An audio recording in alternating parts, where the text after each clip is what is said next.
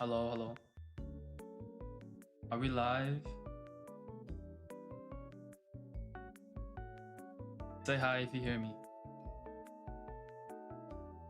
Oh man.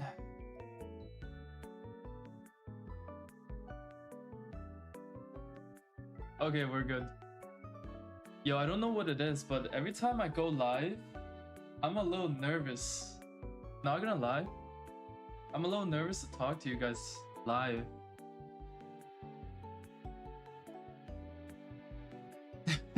Bro.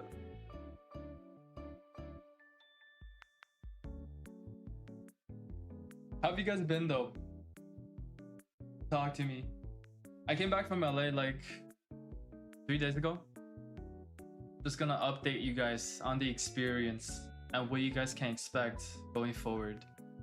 Also, is the background music okay? Should I tone it down a bit or no? Let me know how it is. Let me adjust before I carry on.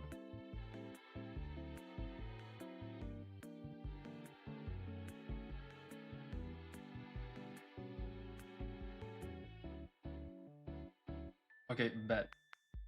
Okay, what have you guys been up to though? What are the rest of you guys have been up to? Like what anime have you guys watching? Update me. Because I'm a little behind, so I want to hear what you guys been up to.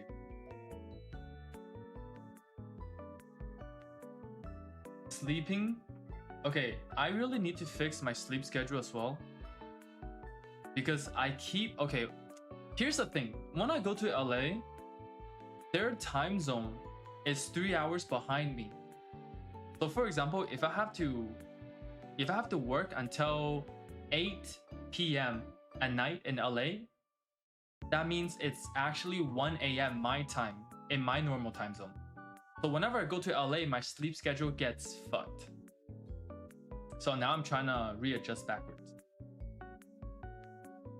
What else have you guys been up to though? Besides sleeping? Watching JJK. Okay, season 3 is coming out next year. JoJo's Bizarre Adventure. Tower of God. I've read Tower of God for a while, for the webtoon, because the anime didn't really do the animation justice. I have math exam. Is it exam season for most of you guys?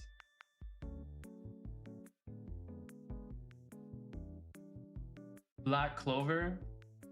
I should get back on Black Clover sometimes. I've watched like 30 episodes one time, and then I stopped. What's my opinion on One Punch Man Season 3? I've only seen that one scene going viral, and I memed it. I memed it in a video today. Like the scene of the guy sliding down the hill. They call it One Frame Man now. So we had blue PowerPoint, we had 7 deadly frames per second, and then now we have 1 frame man. This is the new Gen Big 3. Alright, how's the rest of you guys doing?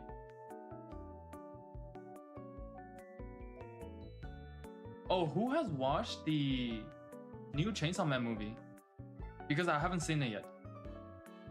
And I saw news that it sold more than Demon Slayer when it first came out in Japan, which was like absolutely crazy to me because Demon Slayer was like phenomenal. And then Chainsaw Man outsold that. Like how? That's crazy, no? I haven't, but my best friend is going to. I'm gonna go see it by myself in the theaters. I love going to places myself. Not alone. Wait. Not feeling alone. Wait, what was it? When you like doing things yourself, you're not a loner, but you want to be left alone. Like there's a distinction. Anyways. They're trying to defend season 3 and getting mad at fans. Okay, I don't really know what's going on with the studio. Like, why do they allow such piece of work come out when they know like One Punch Man is a fan favorite IP? I don't know what goes behind it. Maybe they're overstaffed, maybe they're underpaid. I have no idea. But the fact that like they let this final product roll out is kind of crazy, no?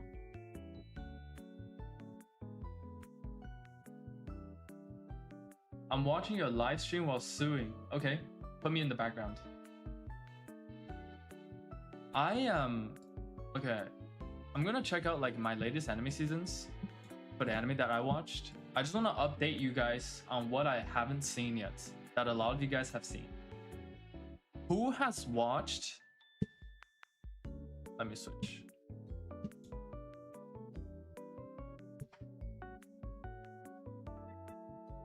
Who has watched this one right here? I heard this is really popular. The fragrant flower blooms with dignity. I haven't watched this yet, but it's on my list.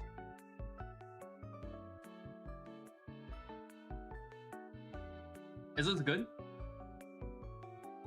How does it compare to previous romance movies or romance anime? Because this is the highest rating from summer 2025. It's 8.68. That's pretty crazy. Is this better than a silent of what's it called? A sign of affection. Is this better than a sign of affection? I'm gonna use that to gauge like how good this anime is. That's gonna be my benchmark.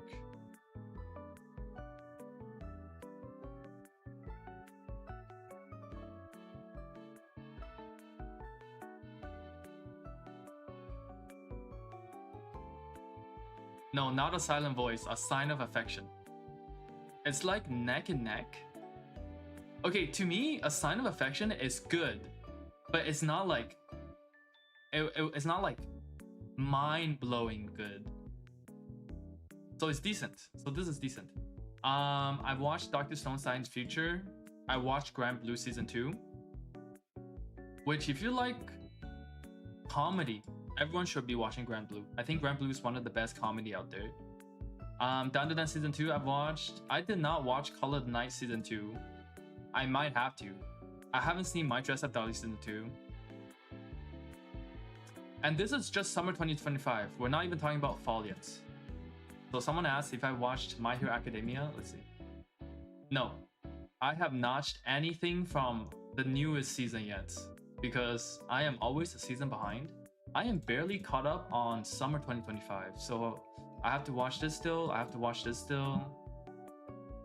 I'm probably gonna have to watch this. Did anyone watch this? Because this is like the continuation to Bunny Girl Senpai, right?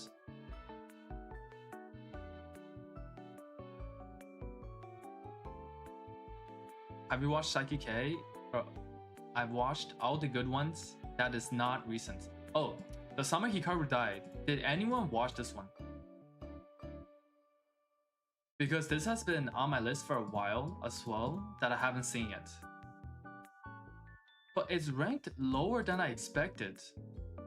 8.08. I thought it would be higher, even though that's already pretty good. If you have watched it, let me know if it's good. Like, rate it out of 10. How do you think this would rate? It's 8.08 on my anime list.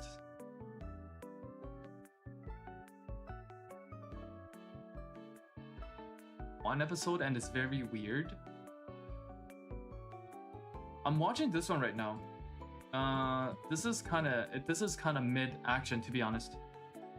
Okay, 9.8, 10, 8, 10, 8, 10. Yeah, I feel like it's not below an 8. Because I saw the trailer. I remember seeing the trailer at Anime Expo. And the trailer was like very epic. I remember I got goosebumps from watching the trailer. So I knew this was good, but I thought it's gonna be better than 8.08.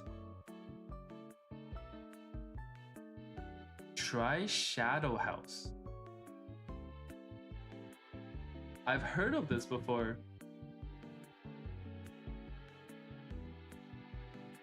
Oh, this is, wait.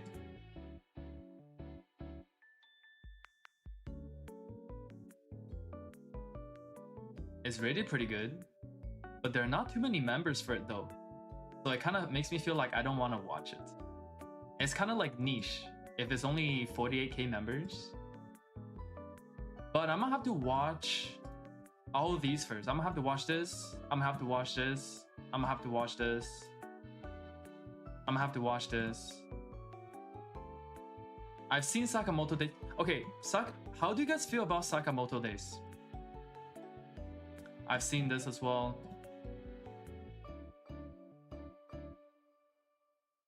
Because Sakamoto Days, I think, is very underrated, in my opinion. I think it deserves more hype than what it had. Because, like, I remember I saw the rating on my anime list, and the rating for Sakamoto Days Part 1 was like 7.5 something. So that made me feel like it was mid. But then I watched it, and it's actually like pretty top tier peak stuff. Have you seen Windbreaker? I saw the first season, I didn't see the second season. I know the second season also came out spring of 2025, so I haven't seen this yet. There's really not many anime from spring 2025 that I think is worth watching. Oh, I didn't even watch the Horse Girl anime.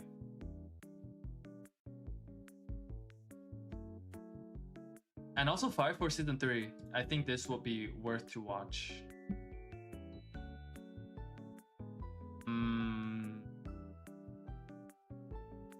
What's like the best anime that you have watched recently? Like this year. What's the best anime so far this year? What?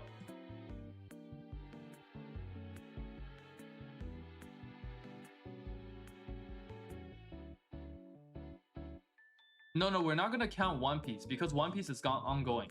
I'm saying something that came out this year, 2025. Tokapi Original Sin. Okay, yeah, you're right. You're probably right. Demon Slayer Infinity Castle. I would probably give that. Yeah, that's probably up there. The summer Hikaru died. Yeah, we were just talking about that. Campfire Cooking. I kind of want to try it. And the Fragrant Flower blooms with dignity. Yeah, Fragrance Flower. Apothecary Diaries, the second season. Yeah, that was good. Solo Leveling Season 2 is good. Dr. Stone final season, Science Futures, pretty good. And now I just have to go watch the Chainsaw Man movie to actually get a sense of like how it compares against Demon Slayer Infinity Castle. I didn't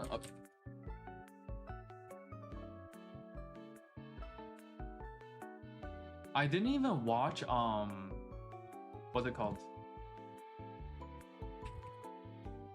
I didn't even watch the trailer for it. Let's check it out.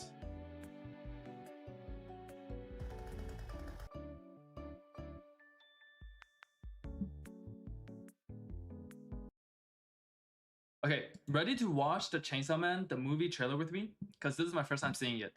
And given by how the hype is right now, I assume that's going to be really good. The Chainsaw Man movie is epic. I mean, bro, I'm seeing the sales numbers. I've seen the sales numbers. It's fucking crazy. Okay, ready? Let's go.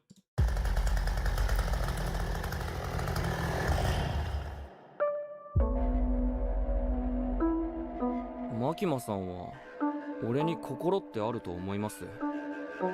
あったよ。I'm thinking, because when I was in LA talking with the rest of the Soldier Boys when we were filming Soda Pop, we were talking about how much of a mommy Makima is.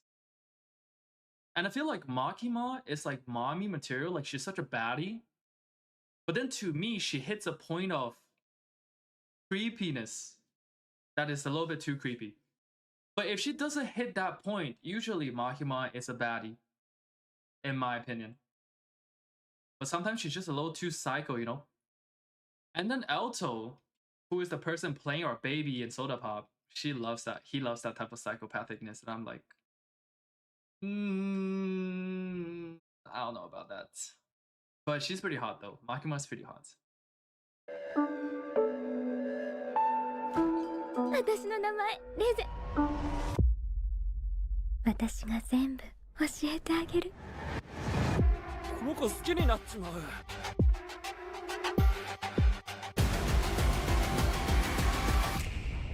ボムが来る。ボム。みんなチェンソーの心臓ばっか欲しがっちゃって、デンジーの心臓は欲しかねえのか。バーン。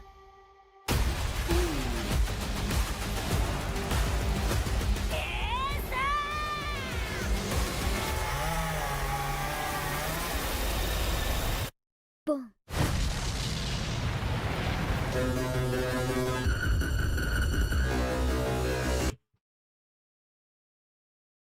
I love it. I love the animation. It is epic. It is like very raw. Compared to Demon Slayer animation, I don't know how to feel. It's like animation is so peak, it's hard to compare nowadays. You know what? Let's just not compare. When I saw Aki again, I thought I was looking at Yuta from JJK for a second.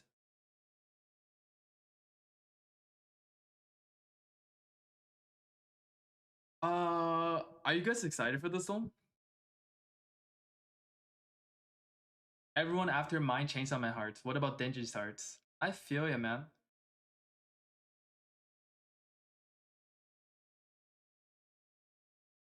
Covering a whole arc.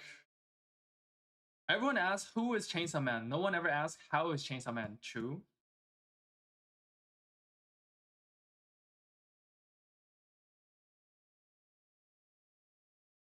He does give Yuta vibes, yeah.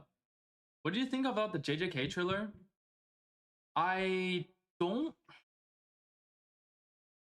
remember.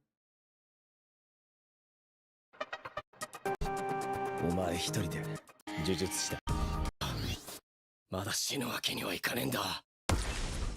I mean, I've read the manga, so I know what's coming. 生きて帰れると思っているのか。すべての歪みがあの時始まったのかもしれない。 It's just gonna be peak animation. 抱いてやるよ。俺のせい始まったのかもしれない。全部壊して抱いてやる。 Maki is heading into mommy status. Maki gonna evolve into Makima. And Makima's gonna evolve into Maki Mommy. 俺のせいで大勢死んだんだぞ。頼む。お前の力が必要だ。行くよ。リカ。 Okay, but because I already know what's gonna happen in manga, I don't really feel that. I don't really feel like, you know what I mean? Like I'm dreading to see what's to come. Because you know it's gonna be bad. You know there's gonna the inevitable is gonna come. Oh.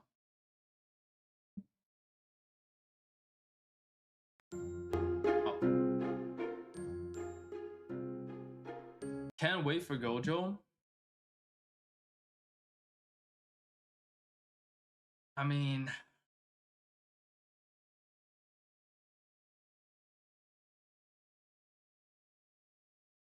it's gonna take for a while just for them to release Gojo. And then once he gets released,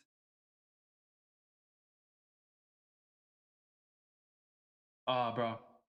Okay, anyways, let's chat about Soda Pop. Because I just came back from LA like last week.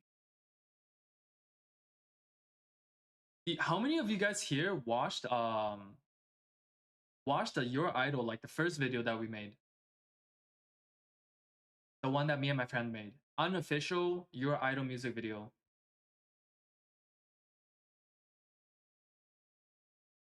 Wait, let me know if you did in chat.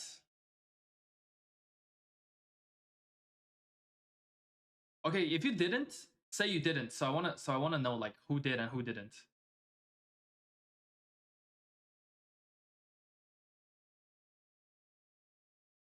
For like the whole month of probably August and also September, I was going through a K-pop Demon Hunter arc. If you guys remember, like I just posted K-pop Demon Hunter content like almost every day.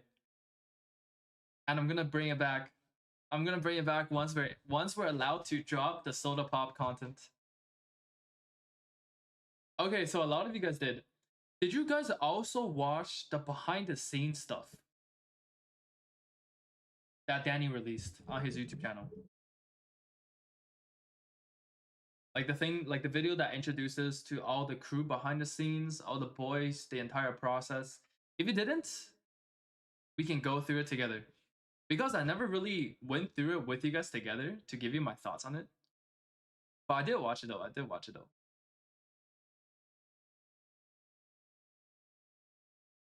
Only the short you posted. Okay. Bet. As long as you watch my shorts, yo, respect. Thank you. Show us the scar.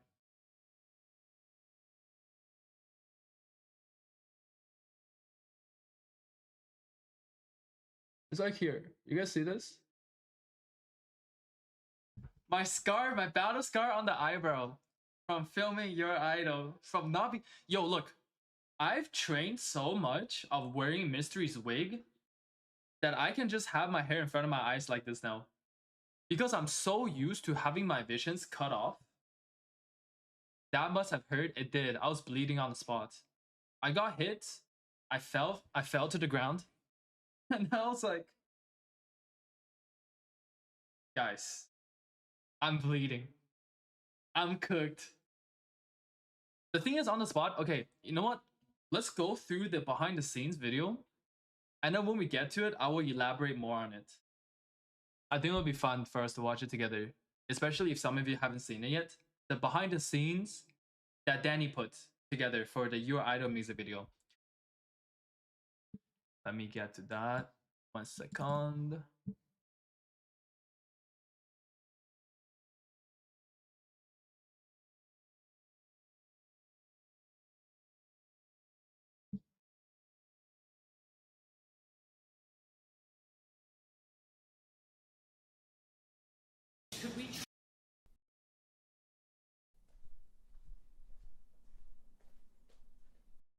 Yo, his number, his video. Yeah, look, it's me. This is so peak. Sutter boys.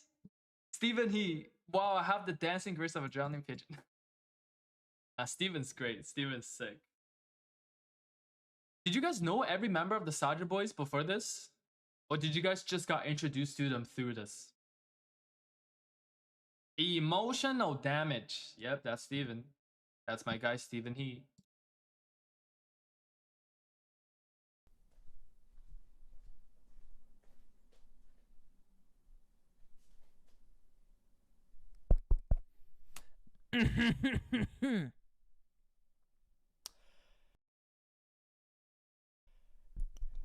K-pop Demon I've studied all the Sadger Boys. You did your homework. Hunters is so good! That's our friend Julia just sitting in the background. I told you. I'm so sorry. Hi there, everybody. I tried to become a K-pop idol in 1 week. But not just any K-pop idol. I tried to become Jinu from K-pop Demon Hunt. Yo, can you guys believe that we did this in a week? It's actually crazy, no? Like, we had 2 days of dance practice, 2 days of filming. No, actually, they had a week of dance practice. I had 2 days of dance practice. Hunters in 1 week. In this video, you will see we try to put together a group of men, learn choreography, manage an entire crew, put together a set, and film an entire music video, all based around K-pop Demon Hunters in 1 week. As you can see, my hair is already dyed, so that may be an indication of how things go. That was I crazy. also revealed this on TikTok like a couple. The thing is, like, when he asked me, I didn't expect it to be a project on this scale. He was just like, yo, Billy, you dance, right? You want to film some K-pop Demon Slayer K-pop Demon Hunter content? Bro, I said K-pop Demon Slayer. I keep getting Demon Slayer and Demon Hunters intertwined. But he asked me like last minute, and I was like, okay, so you want to like get together, film some TikToks? Is this what you have in mind? And then he's like, no, I want you to come to LA. We have a whole production set up. We're going to go through practices in the studio, and then we're going to put on outfits, wigs, everything. It's a whole thing. Days ago, so if you're seeing this for the first time, I dyed my hair. This is the most ambitious project I have ever embarked upon. It is the most expensive, the most time intensive, and the most stressed I have been in years. Throughout this entire process, our main goal was to create a music video. Very specifically, a music video for your idol. The last song from the Saja Boys in K-Pop Demon Hunters. If you haven't seen K-Pop Demon Hunters, you need to, I swear to God! And after watching it, I love... Okay, I'm not gonna watch the whole thing. We're gonna go through it just to check out the boys. So we have to rehearse. So why don't we get to that rehearsal now, shall we? Let's get into the video. Good morning, everybody. It is day one of... Bro, Danny with blonde hair.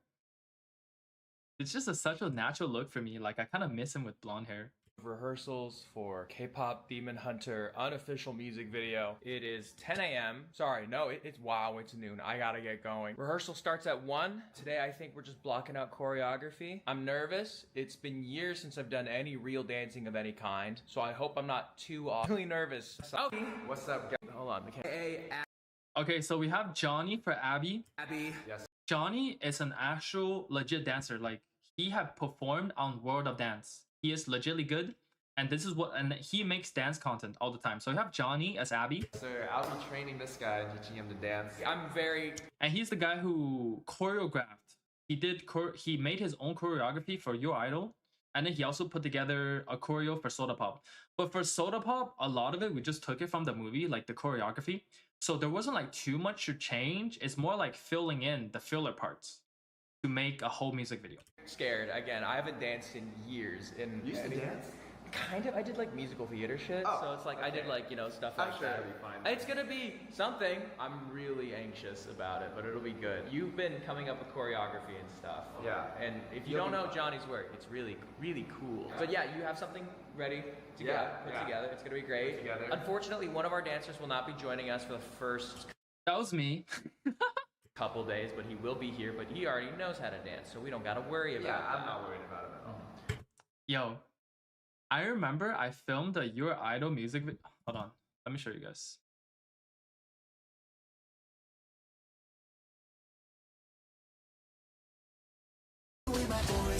So I already learned the choreo of Your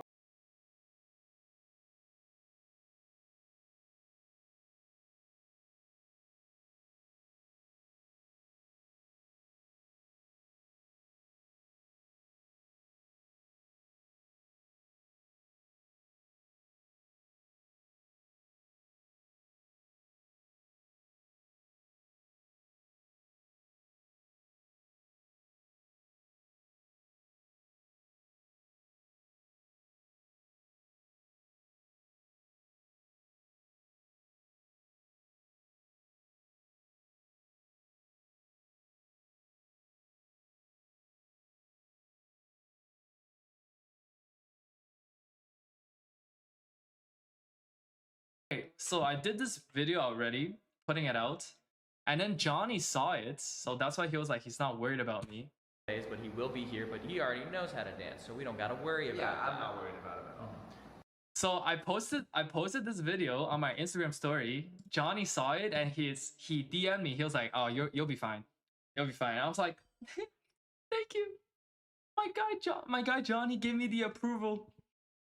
That was his very first message to me ever. He was just like, "Oh, bro, you got this." I was like, "Oh my god." He said I got this. I'm good. Okay, so we have Johnny as Abby. We have Stephen He. If you guys don't know who Stephen He is the emotional damage guy on social media. I used some of his audio back in like 2020 in anime TikTok. They mashed up his voice with like many anime audio. Like for example, they would imagine an anime audio is playing and then it remixes into his emotional damage. Yeah. So we got Stephen He, the emotional damage guy. He is our romance. Steven and I are the only 2 person out of the whole Saja Boy project that have to wear wigs. Bro, the wig, bro. Boy. You're gonna be a boy. We're being boys. We're being boys. We're being K-pop boys. We're being like Saja boys, Johnny's yes. actually like prepping over there. He's like actually being a professional. And this was a studio that we held our dance practices I have at. 2 acting degrees. Yes. In those acting degrees, every week we do dance classes. Really? I hate it. I don't move soft. I gotta say, romance and K-pop Demon Hunters is so You chopped. showed me some of your action scenes before. What do you mean? They all look good. I'm more comfortable being punched in the face than doing wiggly stuff. I mean, I feel like your idol's pretty poppy comparatively, That's right? good. That's good. I look like Han from Stray Kids. Yo, fucking it up. I've been getting that over the years. So you and I are gonna be the least experienced. And I take it as a dancers. compliment. So because the rest of them, like Johnny's obviously a professional dancer. Alto, our next boy who's coming, is actually like a K-pop. Let me show you guys the Alto real actual quick. Artist. What's you feeling today, man? He is our baby. And bro, like Alto's parts, like baby's parts, is so cool, man. Good, bro. I just woke up. Me too. And Alto, And he's the youngest out of all of us, so it makes sense. He is 23 years old. you're like an actual like artist in like K-pop, Yes. stuff like that. Yes. So, and you know how to dance. No, actually, I was the worst dancer in my group. So, Yeah, Alto's more like a beginner dancer, but he's a rapper though. So he got baby's parts, which I concede. Yo, this guy's actually really good. That means he's still dancing. Still gonna mock us though. nah. We like me and Alto should be making a song together. I think that would be really cool. Steven and I barely. But anyways, let's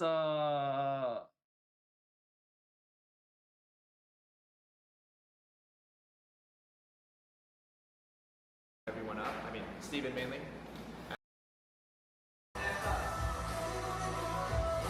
this is where I join. Yes. There we go. Let me come back. Let me come back to you guys.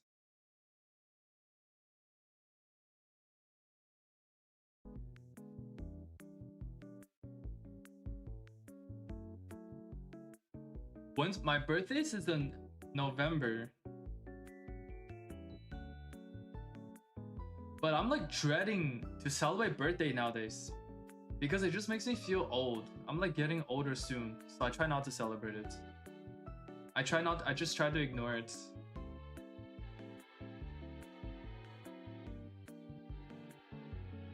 Do you know Stray Kids? Yeah, I've listened to Stray Kids over the years. Like when I was in my K-pop era, but not anymore. Not anymore. Yeah. But listen, Soda Pop. This time we had a whole set for Soda Pop. Like it is, we tried to recreate the music video for Soda Pop like 1-to-1. Like with all the shots involving the huntresses, involving the audience, as like you guys know how Soda Pop, the music video, they filmed it in public. There were like 3 grandmas thirsting for the boys, and then like the crowd. So we have a crowd this time. Our whole set is kind of like we got like a fake town basically built out. Like we got 2 fake roads with fake buildings on the side. And then we got a crowd coming, like it was the fans who was volunteering to be on set. So we got that, and we got 3 grandmas thirsting over the Saja boys, which is really cool. And then, man, it's gonna be a whole production. Wait, is there any questions that you guys have for this Soda Pop filming? Because I can't really I can't show you guys anything, but I can like tell you what I know if I could disclose the information, I would. Your idol or Soda Pop? Song wise, your idol. Film wise, Soda Pop was easier because for your idol we had to be in like the demon fits. So we had demon contacts, we had to put in fangs for our teeth, we had long nails, which made everything very inconvenient. So with Soda Pop, their outfit is literally just like the summer fit. So I got like some sweater, jeans, and that was it. So Soda Pop was like very easy to film. But your idol was definitely a more enjoyable like dance choreo and also just song in general. Will you end up doing any of the Huntrick songs? So I still owe my audience my own dance to like Golden. I said I was gonna dance to Golden like a few months ago, and I kind of like procrastinated on learning it. So I'm gonna have to learn it like soon, like real soon, before it becomes irrelevant. So I still have to do that, but like nothing professional for Huntrick songs. Who is your bias from the Saja boys? Baby, because I like a good rapper. Because I want to be a rapper. Because usually back in university, like in uni days, in school days, I was in the K-pop dance crew, and every time we did K-pop choreo, I would always be like the guy who gets assigned the rapper role because I like to rap. So I wish I could have been Baby, but it makes sense that Alto was Baby this time around. But Baby, it's my bias though, because I'm just biased towards rappers.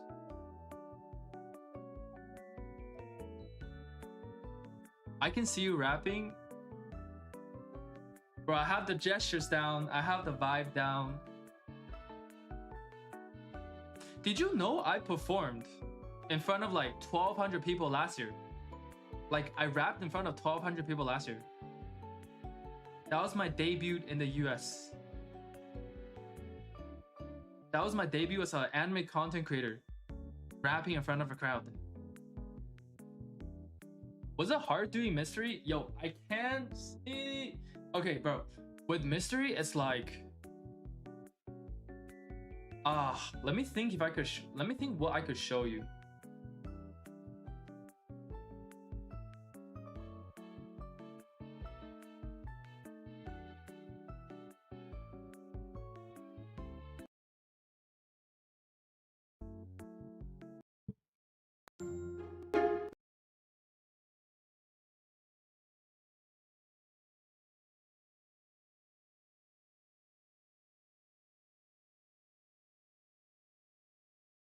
Okay.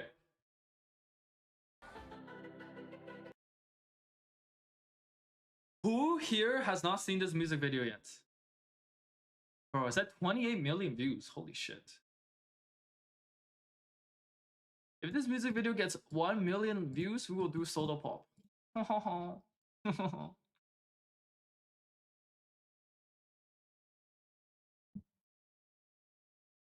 Who has not seen it? If you watched it, thank you for watching it.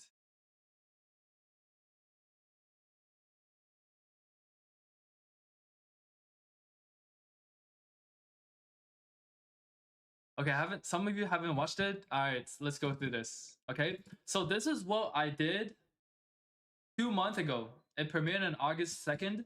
We filmed towards the end of July, and then it was released within like 1 to 2 weeks. So August 2nd, we released it. I'm gonna show you guys my cosplay and everything, like the outfits and the struggle. So here we have the Huntrixes. This is our friend Julia, Danielle, Stella.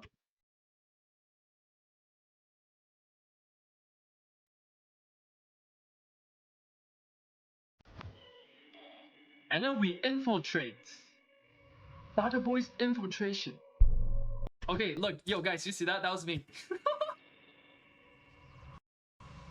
Frame by frame. Boom. Alright, there goes. Baby. Abby, romance.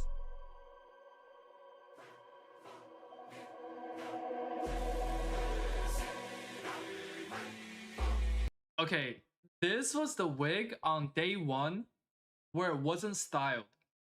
So from this shot, you can't really tell because it's like a dark angle shot and dark lighting.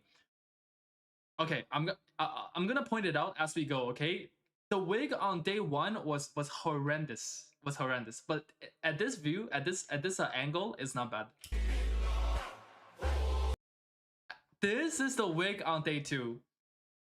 So we had different shots for this because I was like, yo, there's some shots I would like to fix from day 1 with my wig fixed on day 2. So this is my wig fixed on day 2. I was like really happy about this. So we took some shots again. So this is how it looked standing on day 2. I don't know if you can see the difference from like...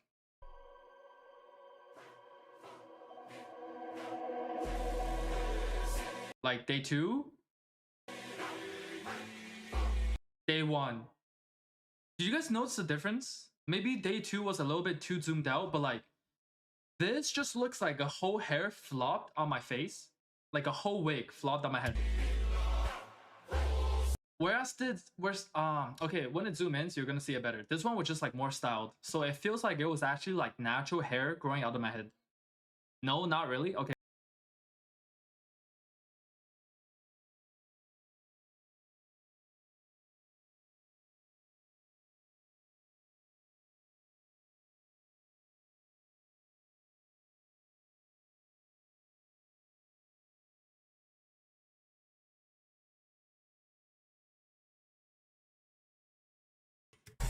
you in check. Look at me. Focus on me. Focus on me. Keeping you obsessed.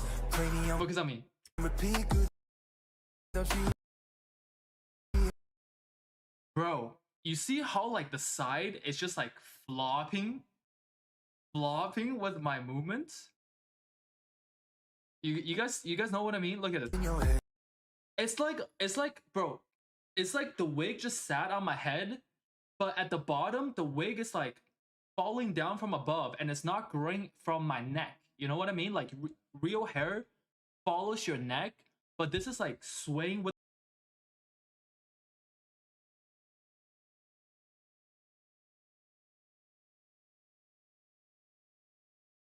got fixed on day 2. You guys can tell the difference, right? Look at it.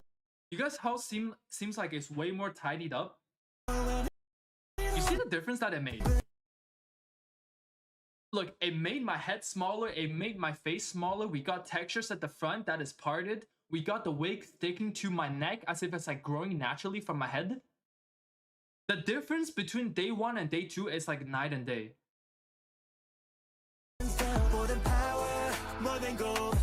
Yeah, you gave me your heart, now I'm here for your soul. Okay, Steven's wig, which is kind of chopped, not gonna lie. I think they should have styled his wig a bit better as well. Oh,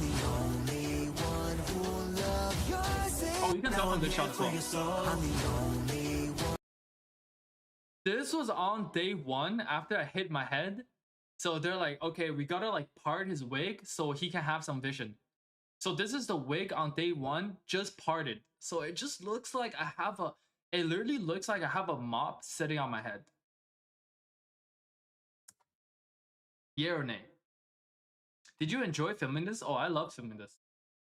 I loved filming this starting on day 2. Not on day 1. Bro, day 1 I was frustrated as fuck. Cause like I couldn't see on day 1. Okay, we're gonna go to the behind the scenes.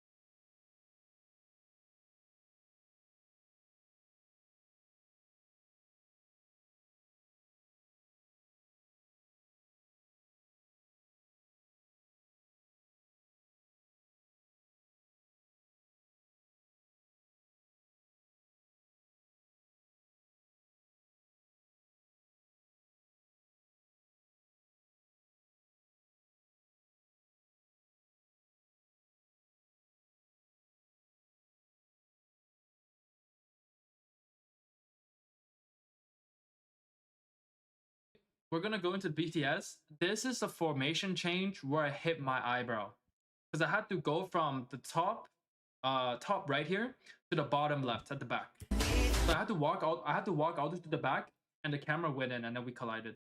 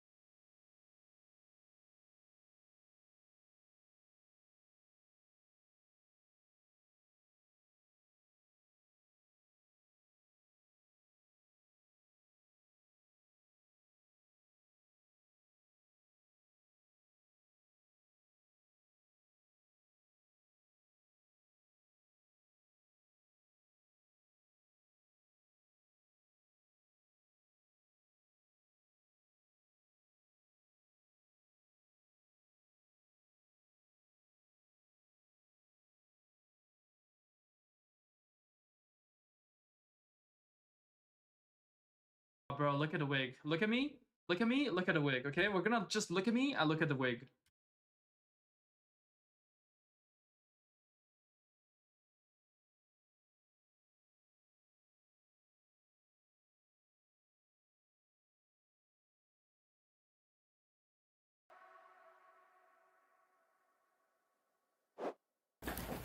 And we got the Saja run.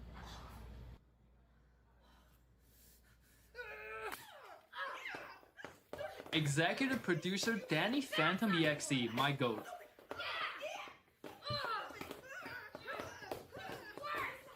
Yeah.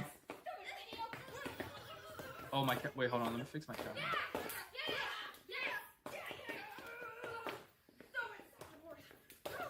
Oh.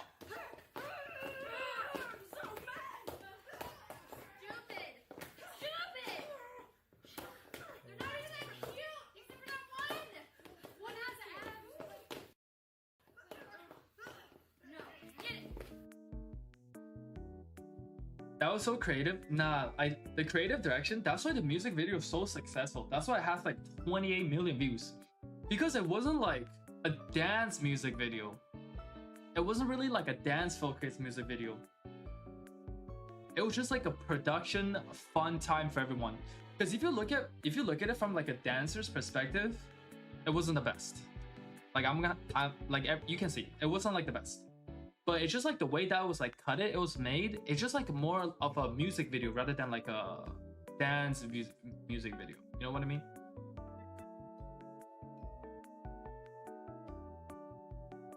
And okay, now we can go through the BTS and I can walk you guys through like the parts where I got hit.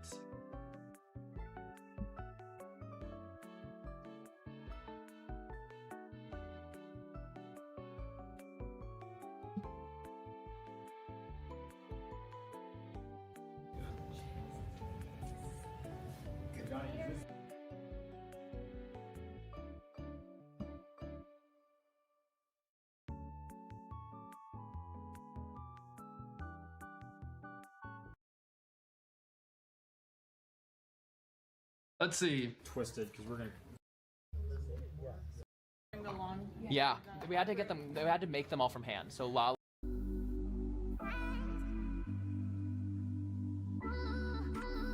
Yeah, that's a little low. And a little bit like. I'm so jealous. Will you bring me to go get new rocks? Yes, of course. New. Okay, see the wig is just like sitting on me. Rocks are so comfy. I love these. Black socks, right? Yeah. Or and then like. We're gonna play it. Okay. But I don't need.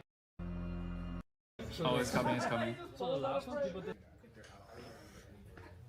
So the entirety of day one when I was filming this, I literally had no vision from here up. So my vision is just from my nose to the ground. So I'm like, yo, I can't see shit. I am severely handicapped from my dancing. Like imagine trying to dance and do formation changes when your vision is from your nose to the ground. So I was already like getting triggered on the inside that I have to film like this. No 6-7 shit. Anyways, so then I was like, bro, I was already like boiling up from the inside. I was like, yo, I can't fucking see.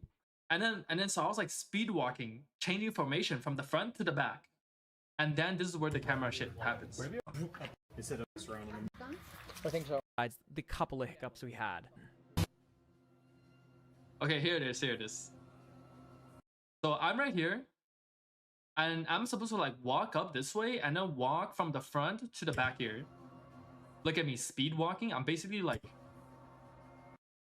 the camera's coming in. I'm tilt walking.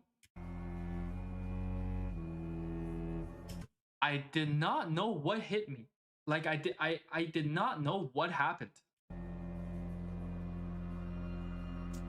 This is where I fell to the ground, and this is where I'm holding like my eye, and then I look at my hand. I showed Johnny. I was like, "Yo, Johnny, look at this. I'm bleeding." Johnny, okay. I'm bleeding. I'm bleeding. Oh, what? Yeah. So at this point, I wasn't really sure like how bad it was gonna be, cause like if it was any worse, I was thinking like, do I have to go to the hospital? Do I have to like pause this shoot? Do we have to like pause everything right now and like pause the production? Because that's gonna like delay everything. So in my mind, I was just like, man, why did this have to happen? Like, how is this happening to me right now? Like, ain't no way this is happening to me right now. Get me out the way. What happened? I ran into the camera because my wig was blocking my vision and I couldn't see. Let's move his hair out of his face more. Yeah, so for the rest of the shoot on day one, I just had my wig like parted. So that's why like for some of the shots, you could just like see my eye and my face. Yeah. Billy had run headfirst into our camera and was bleeding. His wig was blocking his vision. But for day two, it was like much better. So this is still day one. Also a feat for me. I laugh out of respect. She stayed up all night, finished the costume. Right. That's cool. Dark like that. In between setups. So. Yeah, day two was a lot better. Like they were able to just like tidy up the back and ping the wig to like my hair. So it made it just more natural and it didn't just look like a wig sitting on my head. Yeah. We're gonna try and have maybe like. Yeah, you see like this look? Oh my god. I love that. It just looked a lot better. Yeah, I'm coming back to you guys. Hanchik music was I like Sada Boys. I like Your Idol the best out of all the music, and then Golden. So it's like neck to neck. It's neck to neck.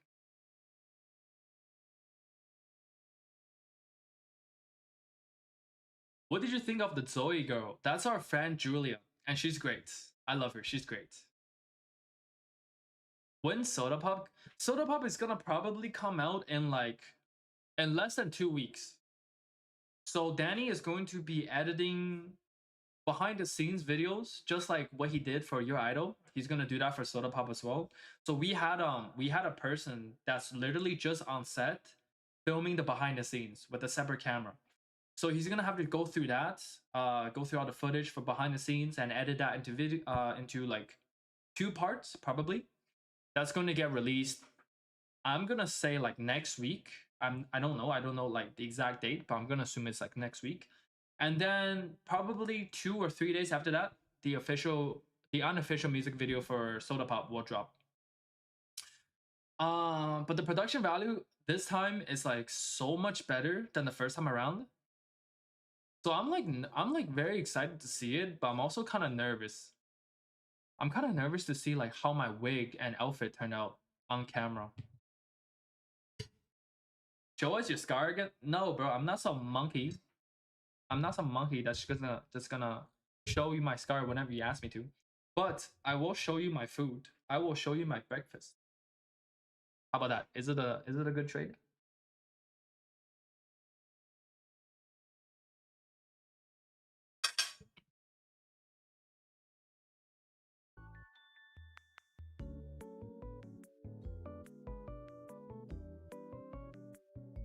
This is my first meal of the day.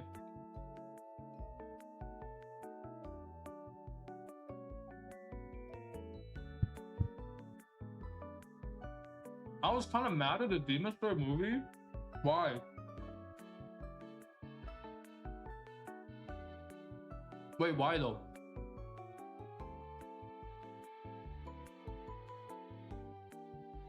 Mukbang.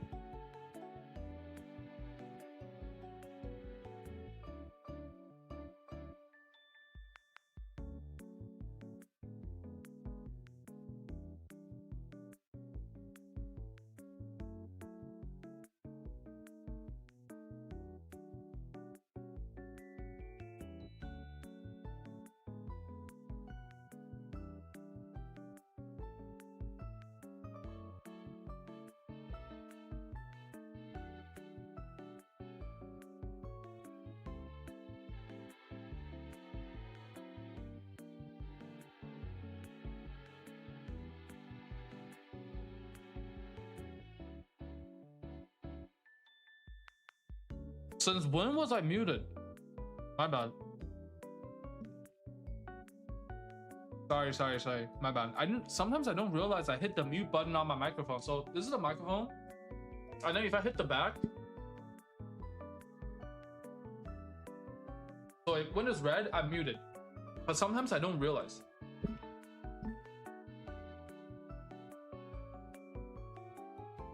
Okay, but as I was saying, Akaza in theaters, bro, his backstory got me emotional. Like, I didn't cry or anything, but it got me emotional. And they're just like, bro, like, can you imagine these stupid ass kids while you're going through the emotions in theaters, making 6-7 memes on the side? I'd be triggered. Yo, if I was someone that cried during that scene, I'd be triggered. Like, I'm literally bawling my eyes out and you're gonna do that shit on the side?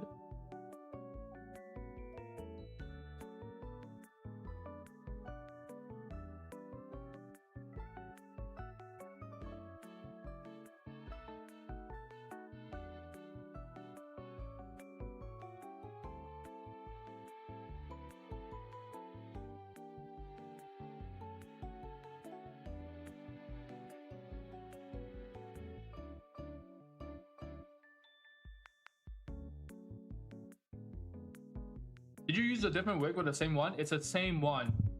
So this time around for Soda Pop, I feel like my wig didn't hit the same as when it was filming for Your Idol. Because in the Your Idol outfit, I had a hat that I was able to like push down on my head and like firm the wig. But for Soda Pop, they were dancing in their human forms. I didn't have a hat. So I feel like the wig didn't sit as well compared to Your Idol. But everyone else said it's good. So I'm gonna take their word for it with a hint of skepticism from me. So it doesn't look that good.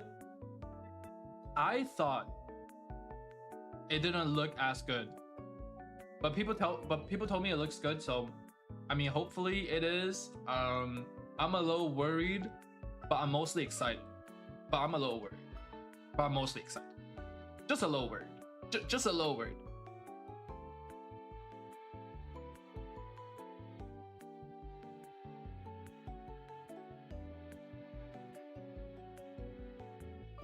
Dance Soda Pop first? Alright, bet.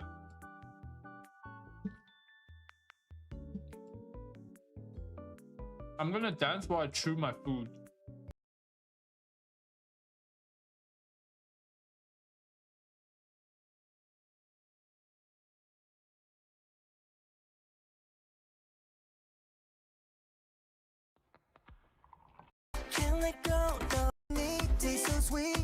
Okay, but I have to hear the music though. Wait.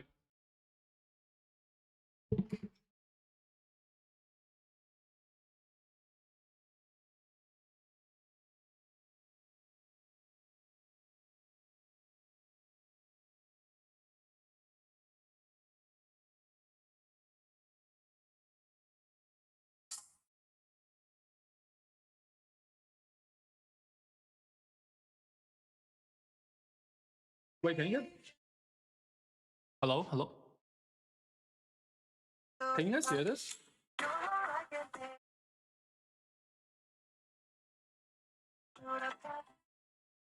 Is it going through properly?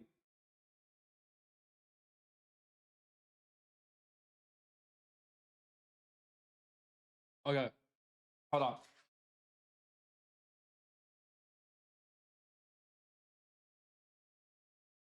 Not really? Fuck.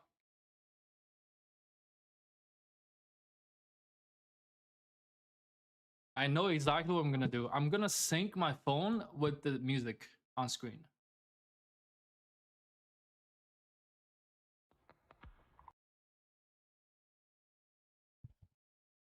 Wait. 1 sec.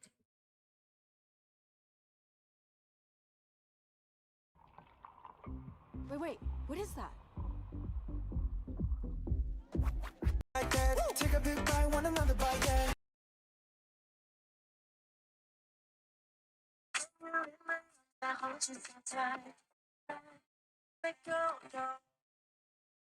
너의 모든 걸 나 원해 너 말고 모두 뻔해 When you're in my arms I 뻔해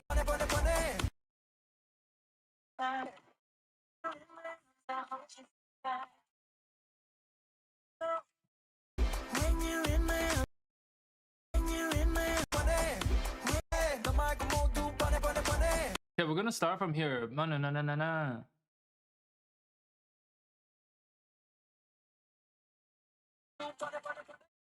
Okay. Ready? So now I can sync up everything.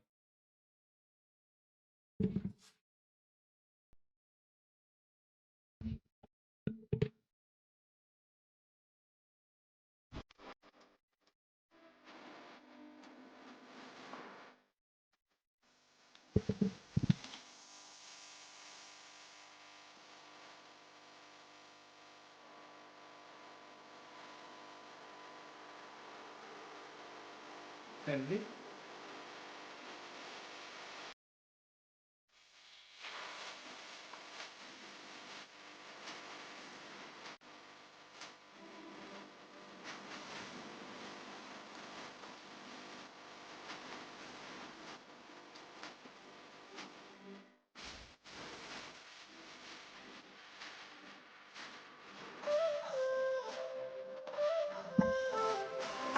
Dancing in oversized Crocs, bro. I mean, demons. Obviously, demons. Make me wanna flip the top. I probably... Wait, hold on. I mean, demons. Obviously, demons. If you wanna flip the top, I'm gonna go make a hit spot. Every little trip you drop bits of slip all the skin. You're so sipping when it's dripping. Now it's done. I need a second round for love and don't you stop. And my soda pop. Is it? I'm going back to my food.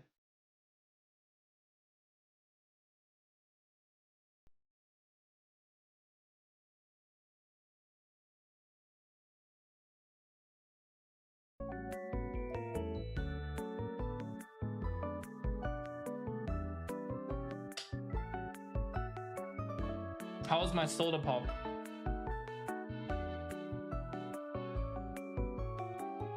Are you fizzling out? What is this elevator music? Yo, this is Boba Date. 2 10-hour loop music.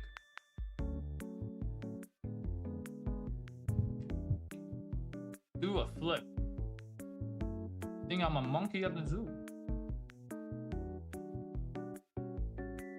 What was my favorite part about filming? The dance practices with the boys. Yo, dancing with the boys in the studio was so fun, man.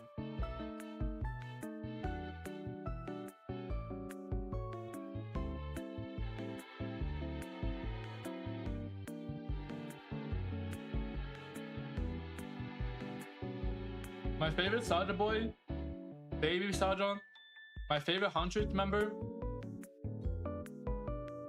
I don't have like a strong bias of the Huntrixes. I feel like if Mira's personality was on Rumi's face, that would be great.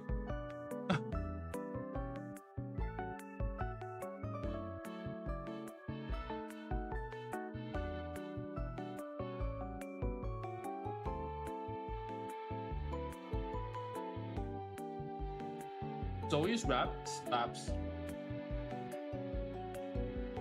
If I could learn it, I would. Have a bite? No. Where's your food? Have you guys eaten yet?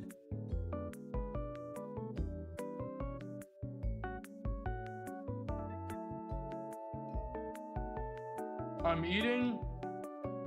Okay, I've already finished some of my food, but I'm eating four eggs, 2 slices of bacon, and 2 pieces of toast, and an avocado. So I'm like halfway done.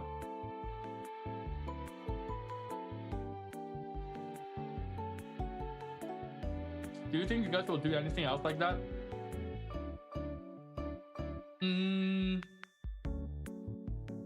Not in the foreseeable future, because there's no more K-pop Demon Hunter Saja Boy songs.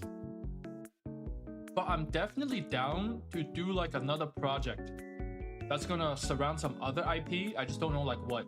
We're gonna have to see like what's gonna come. Maybe when K-pop Demon Hunters movie number 2 comes out, we'll see. We'll see what happens to the Saja Boys.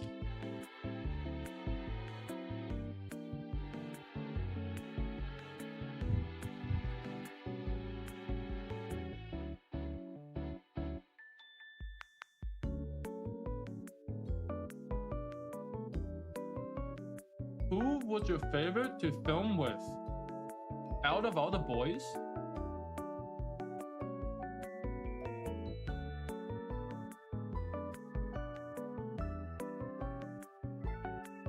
I can't pick. It's too good. I actually can't pick. Nah, I don't want to be biased towards anyone. I love all the boys.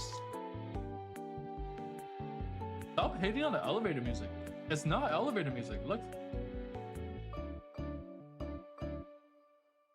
It's Stream Cafe 2 Boba Date. It's not elevator music. But let's try something else.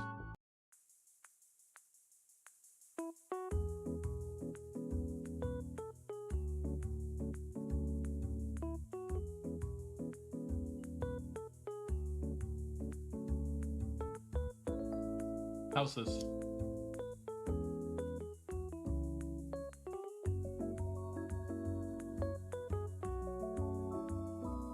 Is this good enough for your ears?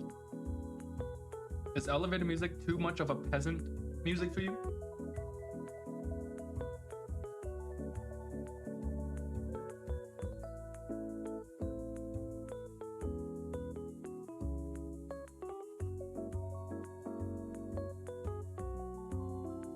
You're saying I look cute, but I can't see.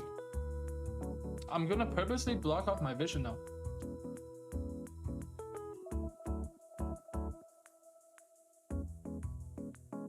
I'm gonna start having bangs again that covers up my vision.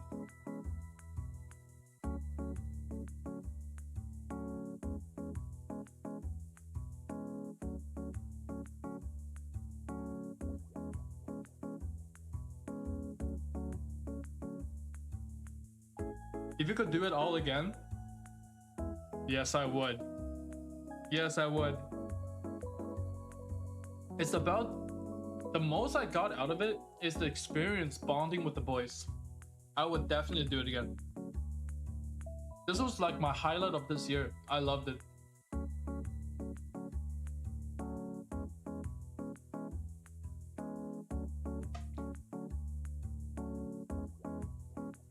Okay, I'm curious. What do you guys watch normally besides anime?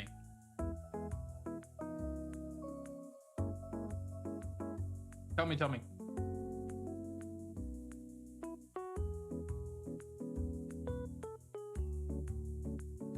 Stop asking me to play Stray Kids. I'm gonna get copyrighted.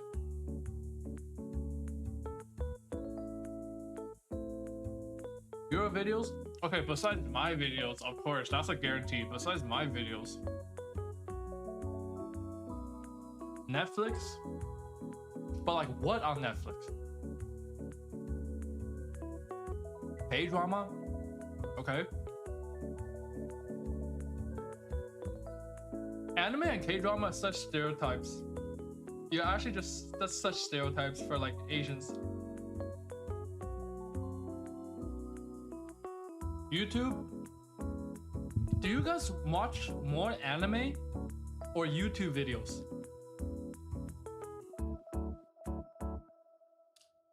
Like which one do you think you spend more times on?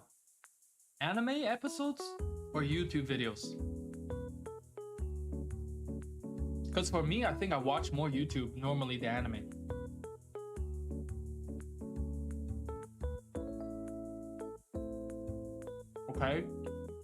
Okay, yo, we got a lot of anime. Damn, okay, Jesus. Okay, what are your... Give me your top 3 anime of all time. Top 3 anime of all time. I'm gonna judge. I know it's hard to pick, but just think of top 3 anime.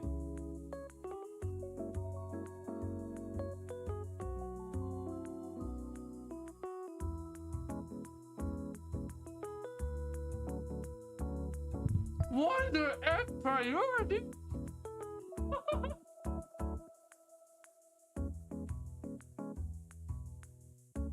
Naruto, JJK Tokyo Avengers, Bleach,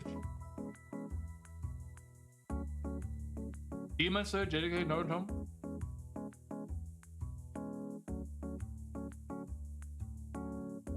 Death Note Oshinoko Demon Slayer. Do you know Fruits Basket? Of course I know Fruits Basket. Naruto, Hunter x Hunter, Solo Leveling. Psyche K, Dr. Stone. I'm a spider, so what? There's an anime called I'm a Spider, so what? My life reincarnated as a spider to be stomped on? Maybe that's a kink. To be stomped under my foot. I don't watch anime. What? What are you doing here? How did you get in the stream? You little fraud.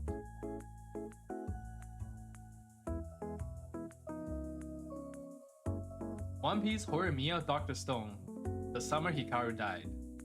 Haikyuu, JJK, Death Note. My Hero Academia, JJK, Monster.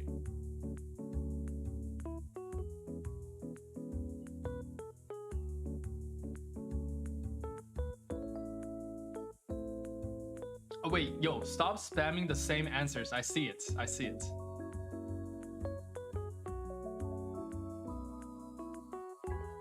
I mean, I've seen like all the options are really good. I don't see a lot of One Piece though. One Piece is my favorite anime of all time. One Piece is lasting through the test of time. My little sister can't be just killed. Stop it. Stop it.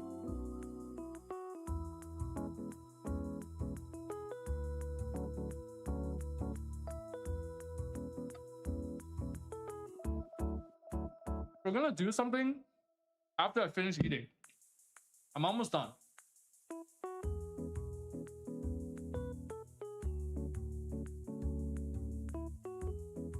Someone hate Dragon Ball. Why?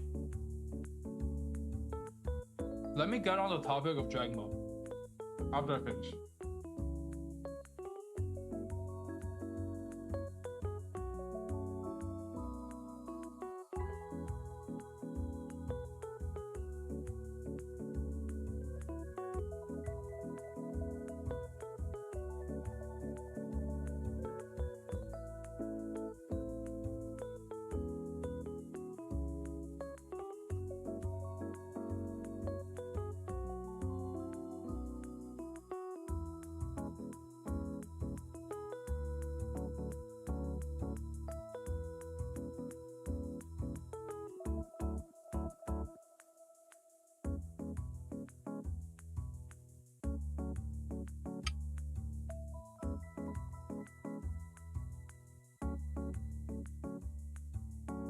Stop telling me that someone's behind me. I can see through the camera.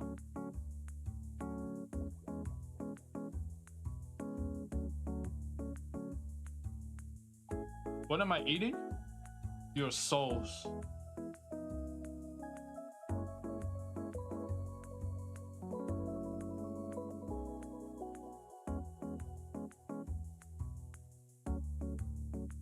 Type of girls I like in looks. I like a baddie. I like a baddie with tattoos. Like a ego vibes. Is that too basic? Is that too damn bad?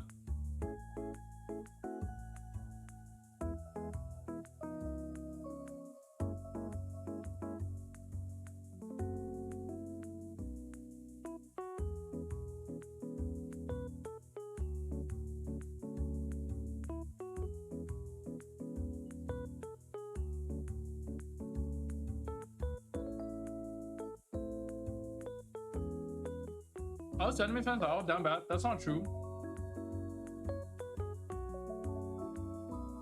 I am wholesome anime fan.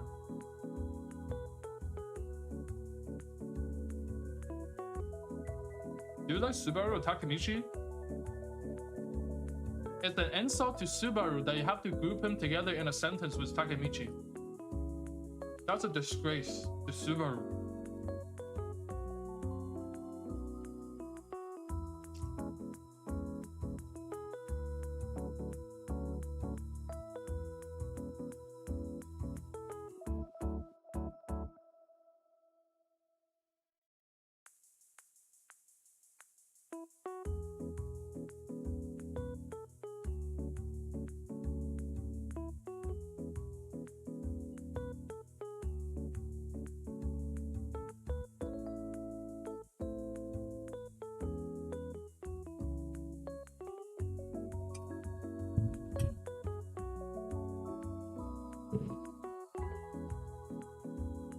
Give me a minute.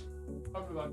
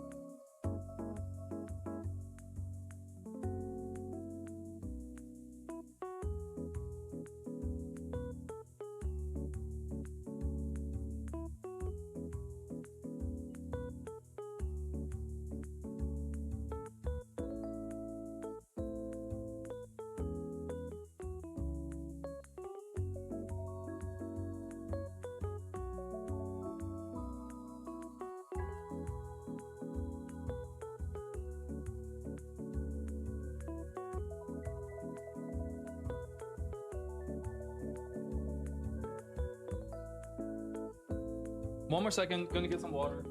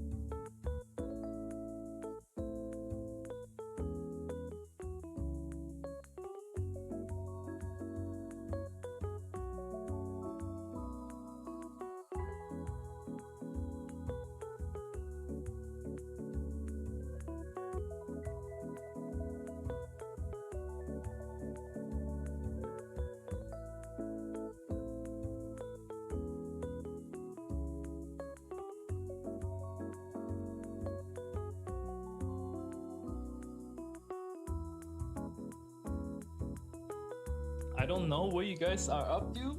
Think you're funny?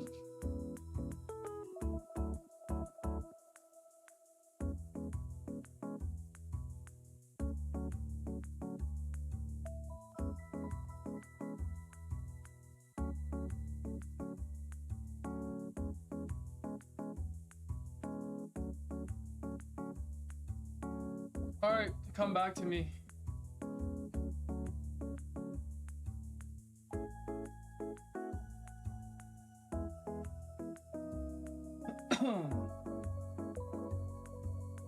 Alright, ask me one question you want to ask the most. If you can ask me one question, what would it be? I'll do my best to entertain you. Just one question.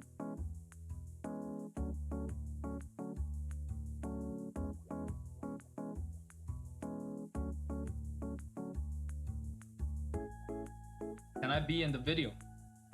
Well, you're part of this video now. How is life? Life is lifing. We're progressing slowly through life. Life is like riding a bike. Some ups, some downs. Sometimes your bike breaks down. Sometimes you put a stake in your own wheels and you trip because of your own actions. but you just keep going. That is life. You like that answer? You like that?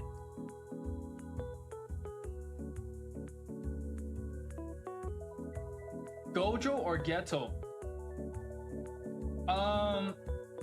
So this is really hard, but ultimately I would have to go with Ghetto because of his character development, like where he started off and how he turned bad. I can respect it. Because there are just too many monkeys in this world, I completely understand Ghetto's perspective. My camera needs to stop moving on its own. Every time I do like a gesture where I show my palm to the camera, it thinks I'm unlocking it.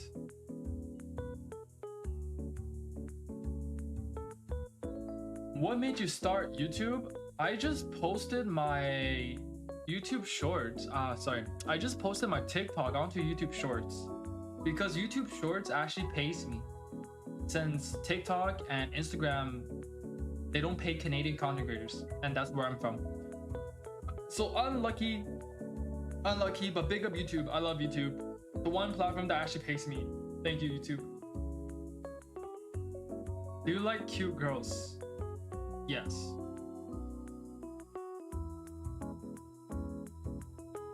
Who is your favorite character from Squid Game? I don't care about Squid Game like that. But probably Thanos.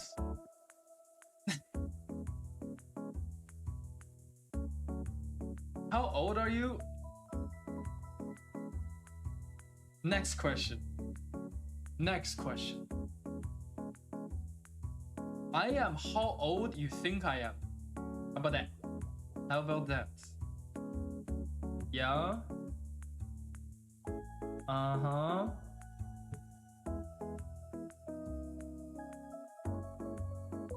I am however old you think I am. However old I look, that is my age. That is my age. Don't worry about the age. Don't worry about the age. How did your anime adventure started? I got into Dragon Ball when I was in like grade 5, and that shit was revolutionary. Like imagine going from watching Pokemon, Digimon, Doraemon, like things that I thought were cartoons, to like Dragon Ball Z, where you see Goku turning Super Saiyan. That was revolutionary to my childhood eyes. So recently I wanted to talk about this. Okay, enough with my age. So you guys know how the anime man had their internet drama, like people called them anime tourists, and one of them in specific said he didn't know that Goku had a tail, and people like ripped on him for that. You guys remember that? So because of that video, and I made a reaction video on it, I was thinking, maybe I should rewatch Dragon Ball. So then I decided to rewatch Dragon Ball Z through Dragon Ball Z Kai. So Dragon Ball Z Kai is like Dragon Ball Z, but more condensed. They cut out some fillers, they cut out some unnecessary like screaming power-up, just made it shorter. But it was still like 160 something episodes, I think, in total. And I caught up to all of that. Like I binged 160 episodes in like 2 weeks. So I just want to say that Dragon Ball Z, like bro, it still holds up in 2025. Isn't that crazy? Like I remember it being good because I first watched it as a kid. So anime was still something that was novel to me at the time, something new. But after seeing like 400 anime over the years, over the past like 2 decades, watching Dragon Ball Z now, it still holds up. That's how you know like it's actually good. So I would recommend anyone that have never watched Dragon Ball Z or the Dragon Ball series to go and watch Dragon Ball and then Dragon Ball Z or Dragon Ball Z Kai, whichever you want to prefer, and then Dragon Ball Super. That's what I'm on right now. And the aura farming and Dragon Ball, this is where like solo leveling took it from. The original aura farmers are in Dragon Ball. Who's your favorite girl or boy of all anime?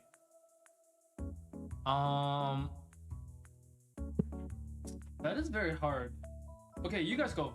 You guys tell me your favorite guy or girl character from anime. Give me some time to think.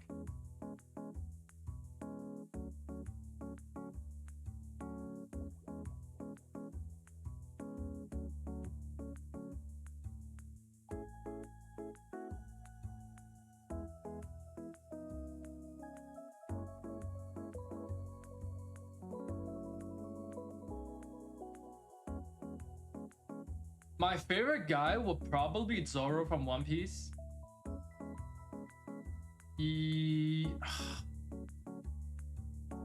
But you know, like some days you just feel different things. Like some days it could be Zoro, some days it could be Ghetto, some days it could be Levi. It's hard to pick. Same for girls. No, actually it's easier for me to pick girls than guys. I think girls would just be like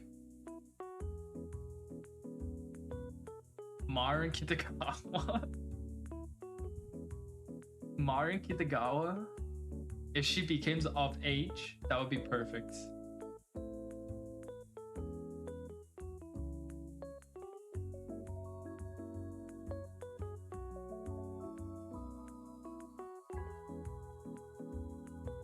What day is my birthday in November? It's November 6th.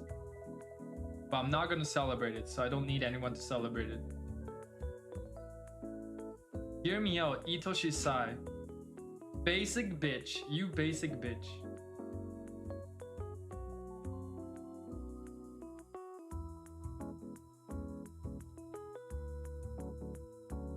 What year? Whichever year that you think I was born in.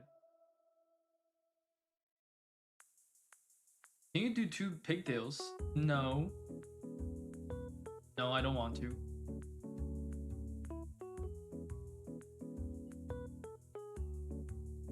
Do you have a Labubu? I don't have a Labubu, but I have a JJK version of a Labubu, so it's not the original Labubu.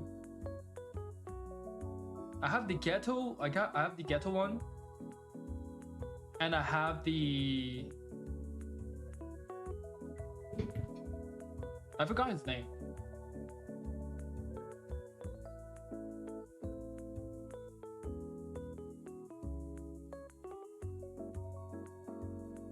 I have the ghetto one, and I have this guy, Haibara. That was his name, Haibara.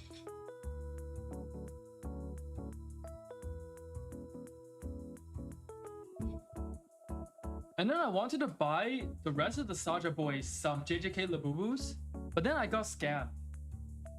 Like I bought them from China, and then they came out to be like fake versions of it, and I have to like, and it just ruined everything because it took time to come. And if I want to order again, the next one wouldn't have came in time. So like, I was like pretty disappointed about that. Because the listing from China, like from AliExpress, they had good reviews. So I'm like, okay, these are authentic, these are real.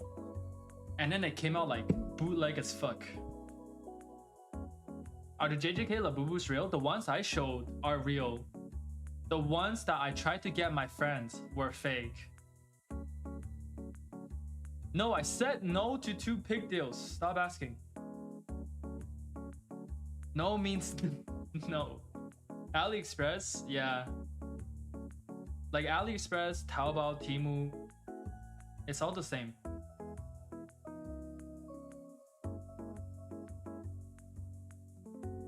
No. The real ones I got were from AliExpress as well.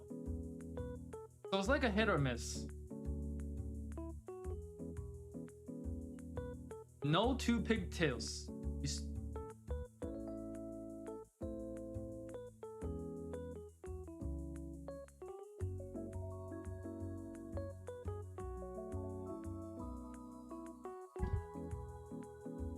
Oh, I have like a bunch of anime stuff that I haven't opened on the site as well. I literally have it in its original packaging still. So I got this from Crunchyroll. It's a Shinobu thingy. I think it's a noodle stopper. No. Something to hang up like your table or shelf. Very cute. Rest in peace.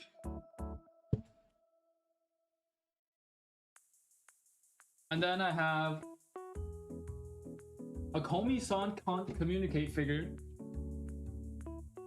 I haven't opened this yet because I have no space. But very cute. Komi is not my type though, but still. Shinobu is not really my type either, but still. I'll take it. If it's free, I'll take it. This is one of my favorite figures of all time. I haven't opened it yet, nor do I intend to. But we can have this Akaza.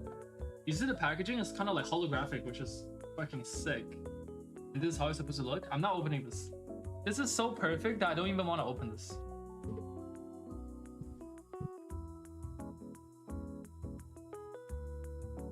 And then we have some Dragon Ball figure. Super Trunks, Super Saiyan Trunks.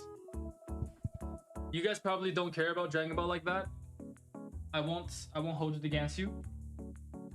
We have a Daichi Nendoroid.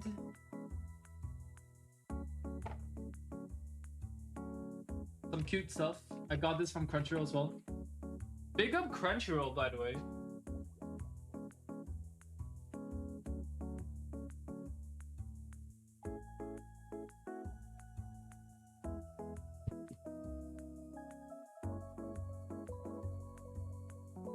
I have another Trunks figure that you guys probably don't care about. Okay.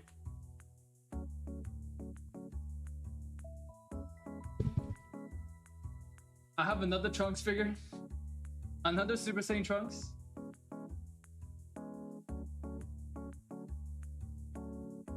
Yo, Dragon Ball Z have like really simple characters if people just watched it. Like, I would wish everyone could watch Dragon Ball Z. That'd be so cool. Oh.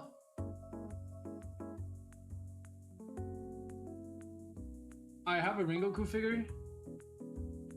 Matching with my poster over there really well.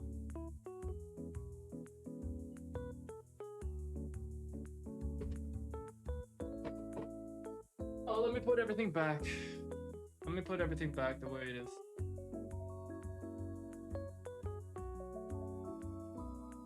Oh.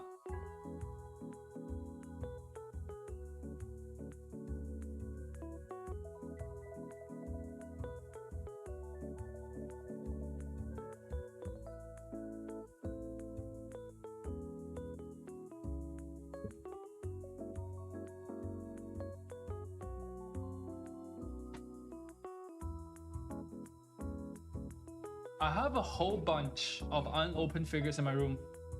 If I had like a bigger house, I would open up and display everything. But right now, I only have like these shelves to hold things. I don't want to open up anything new unless I have more space, which I don't know if I can get more space in my room. Like I have so many shelves that I got already.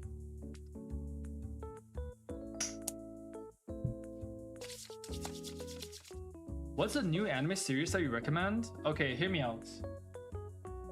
Link Click. You guys know Link Click?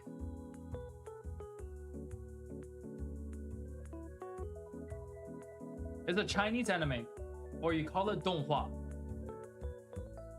Link Click fans? Any Link Click fans? Tell me they're Link Click fans. Okay, let me see if there's like a trailer I can show you guys for Link Click. Let me see, let me see.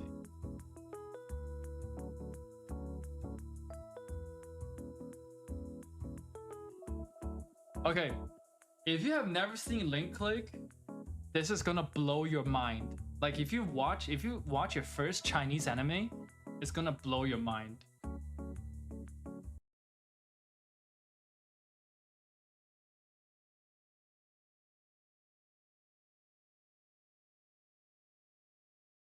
Here it is, boys. 我负责进入照片，你负责给我带路。第一，你只有12个小时。第二，要完全听从我的指挥，不能做出任何改变。就是现在，推开他。第三，无论过去，不问将来。程小时。 别干傻事！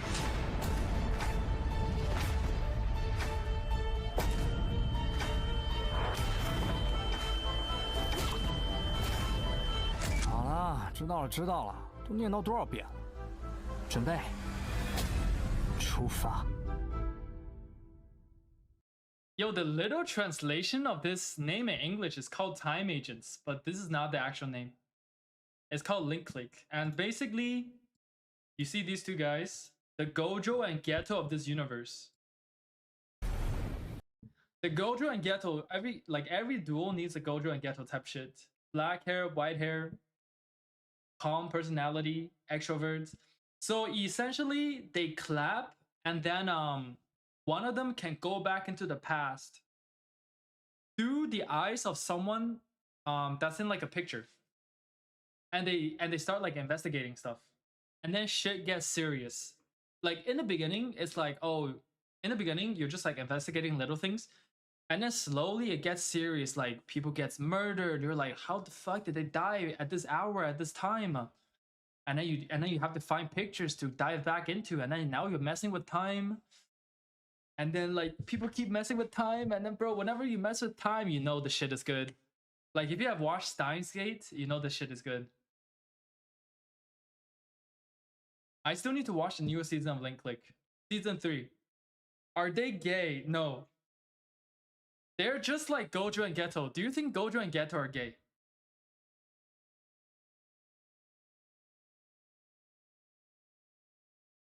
Do you guys think Gojo and Geto are gay?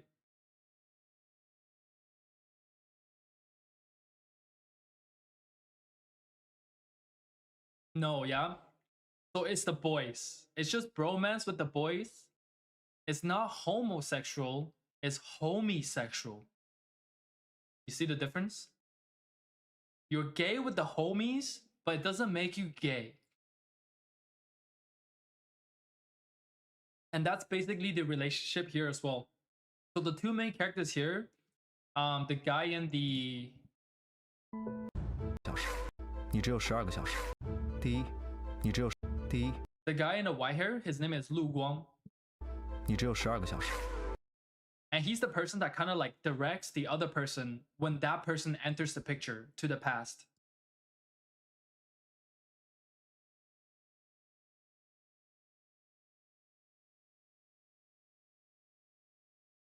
And then this guy with the black hair, his name is Cheng Xiaoshi.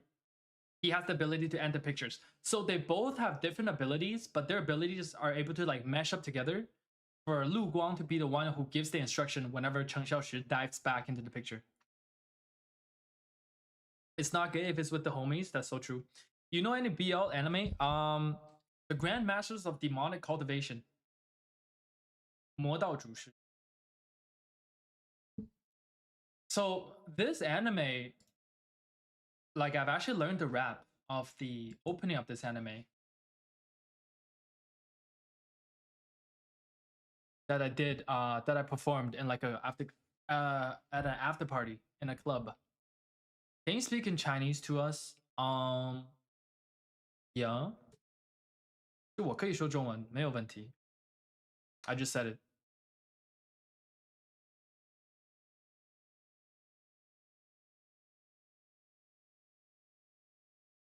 天光之父 I did not watch yet. It's been on my list to watch.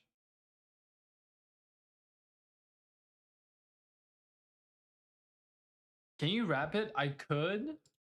But I'm feeling kind of lazy right now. I look like mystery. Yeah, I have the hair going. If I just dyed my hair, I could have just been fully mystery, no? I could have just been mystery like that.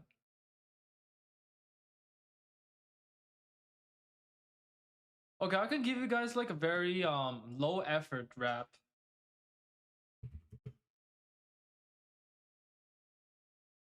Alright, let's do it real quick.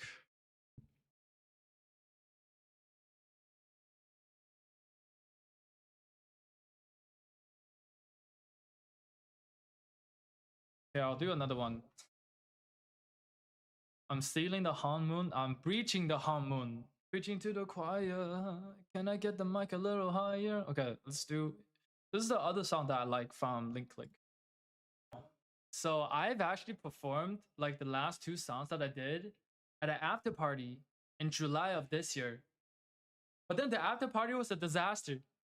Because like when they hooked up the mics, because okay, when you perform live, you have to like go and tweak your microphone setting and everything to make sure that it sounds good within the room. Because like the sounds like bounces off the echoes on the walls.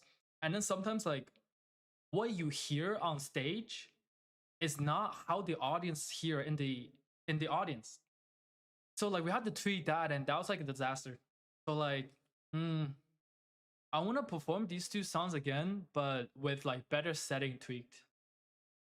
Because I really enjoy these two songs. And I want to learn more songs. Like this is the rap that I like.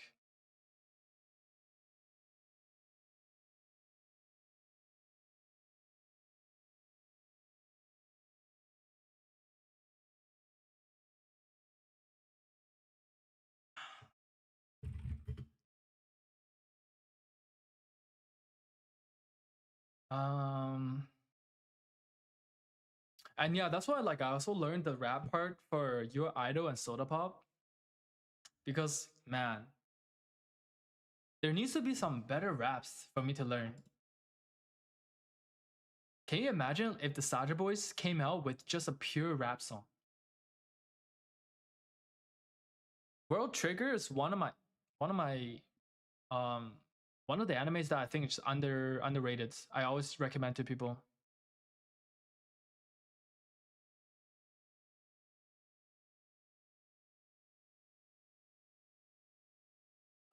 Wait. Yo. I wanted to ask you guys this. Do you guys keep up with internet drama? Like internet drama between like content creators?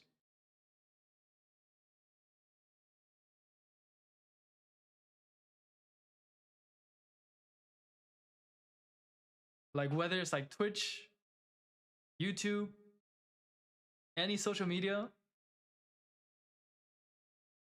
Yo, did you guys hear what happened at TwitchCon?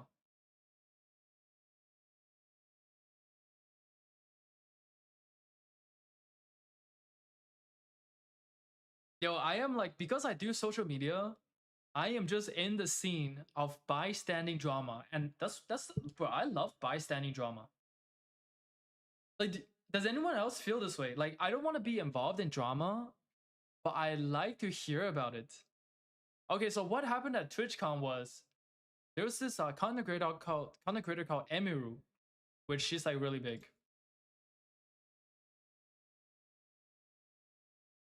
So she basically had a meet and greet at TwitchCon, and then she got attacked by a fan. And the bad part about this is because like previous years TwitchCon, something like this already happened where people got like harassed. And they're like, oh, this time we're gonna increase our security measures. We're gonna make sure that everyone has a good time when you guys come attend TwitchCon. And then Emiru, one of the biggest content creators on the platform. Like you would think that for someone like her to have a meet and greet at your convention that you said that you're gonna bolster security for, you would expect that they have like they pay attention to her, right? No. So she got attacked, and she's never coming back to TwitchCon again. And TwitchCon may not happen next year anymore because the reputation is just so ass right now. No, the security were not doing well. And the crazy part is, and then initially, the guy who attacked her just like walked out. Like he just walked out. Like no one stopped him. He just walked away. And then Emiru was talking to like her manager and her personal security. Like she had to bring her own personal security because TwitchCon security were non-existent. So her team got in touch with Twitch's security team. And they're like, what are we gonna do about it? Emiru's team were like, what are we gonna do about it? Like this happened. And then guess what they did, which was the ridiculous part. The Twitch security side, they suggested, oh, we're gonna ban that guy from Twitch online for 30 days. What? You let one of your biggest content creators get attacked live, and you're gonna be like, oh, we're gonna ban him online for 30 days. That was their initial response. So this is what happened at TwitchCon. Some of my friends were at TwitchCon, like Alto, our baby Saja was at TwitchCon. Bro, the things that we hear, just like it's such a mess. But Alto is someone that thrives in being like messy environments. Like he's chaotic as fuck. But yeah, so from TwitchCon, we got Emiru's horrible experience. Like she completely crashed out. And in the beginning, Twitch was trying to cover their like cover up their incompetency. So they came out on Twitter. They were like, "Oh, like we did all this immediately. Like it's a terrible thing that happened. We caught the guy. We put him under arrest immediately." Like they tried to like what's the word called? Like tone down the flame because they were getting flamed the fuck out of online. So they tried to cover up the tracks. They tried to lie about how severe it is. They tried to lie about how incompetent they really were. And then Emiru just came out with a video, basically exposing everything. Was like, no, that's not what happened. Like Twitch was not attentive to me. We couldn't get in touch with them for 2 hours. What they said was just a straight up lie. And yeah, bro. So a stand from that to Emiru's newest drama, which I have yet to watch. The last 3 years of my life. Trigger warning, Mizkif. Does anyone know what this is? Has anyone... This is like the newest, hottest drama. It came out literally yesterday. Does anyone watch Mizkif? Or Emiru? Or know what's going on here? Because I have a TLDR. I got a TLDR for what this is about.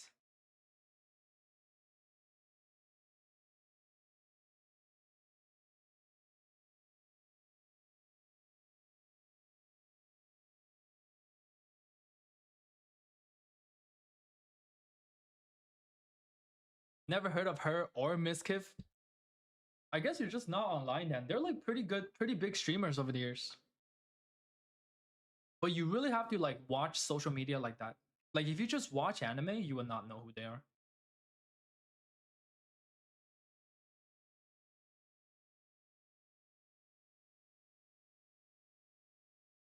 Yeah, this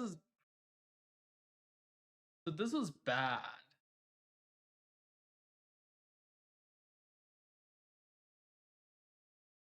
This was bad. Are you guys down to watch this? Let me know.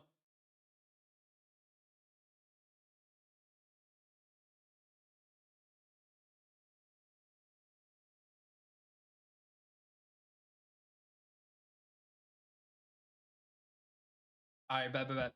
We're gonna watch this together. We're gonna bystand some drama right here.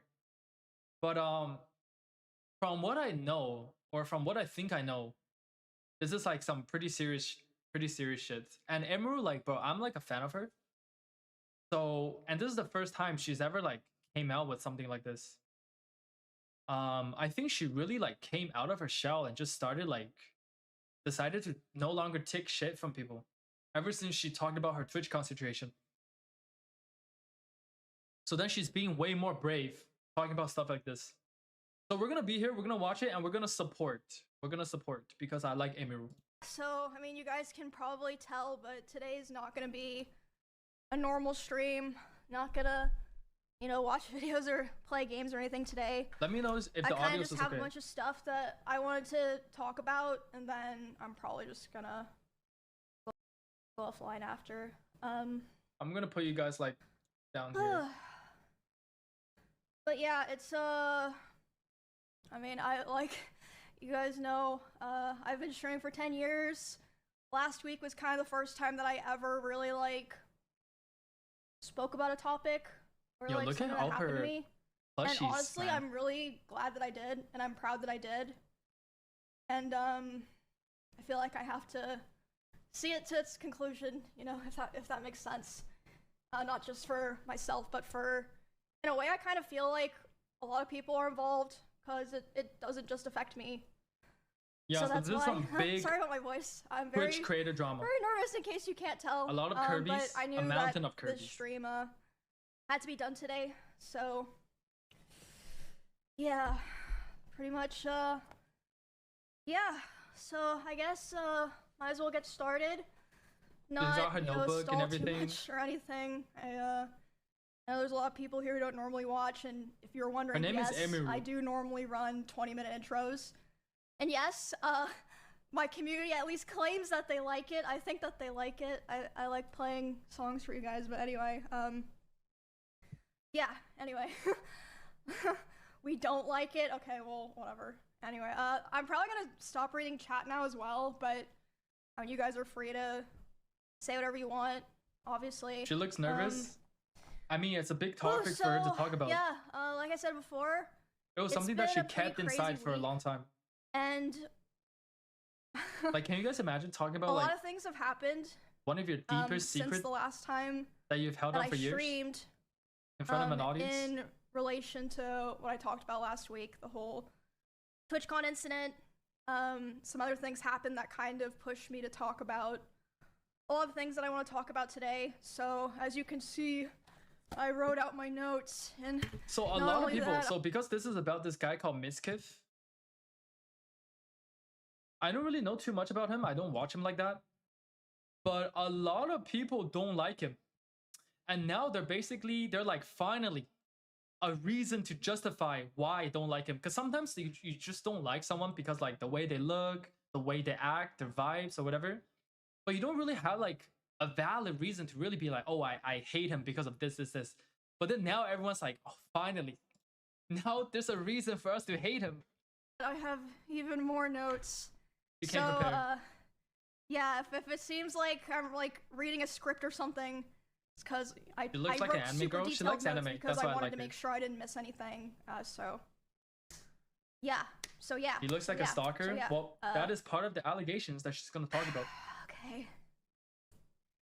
So, I think everyone knows about last week, the stuff that happened at TwitchCon. Yeah, I just told you guys I that. was assaulted, and the guy was able to leave the venue, basically. Okay, so like intro, first thing that I want to talk about is I did see the Twitch tweet that I believe went out yesterday. I was literally in a Discord call with my friends, and they were like, did you see that Twitch apologized to you? And I was like, wait, what?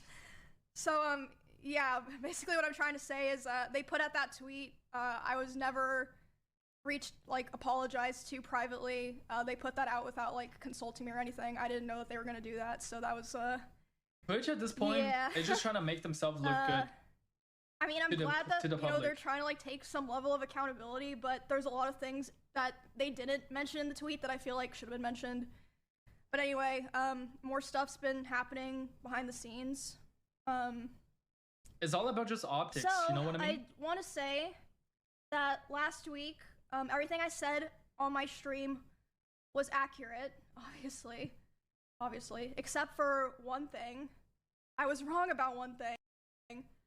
I was going over the tweet that Twitch initially put out, where they're like, oh yeah, this thing happened to a high-profile creator, you know, police were on site, we're cooperating with law enforcement investigations. That was proven to be cap.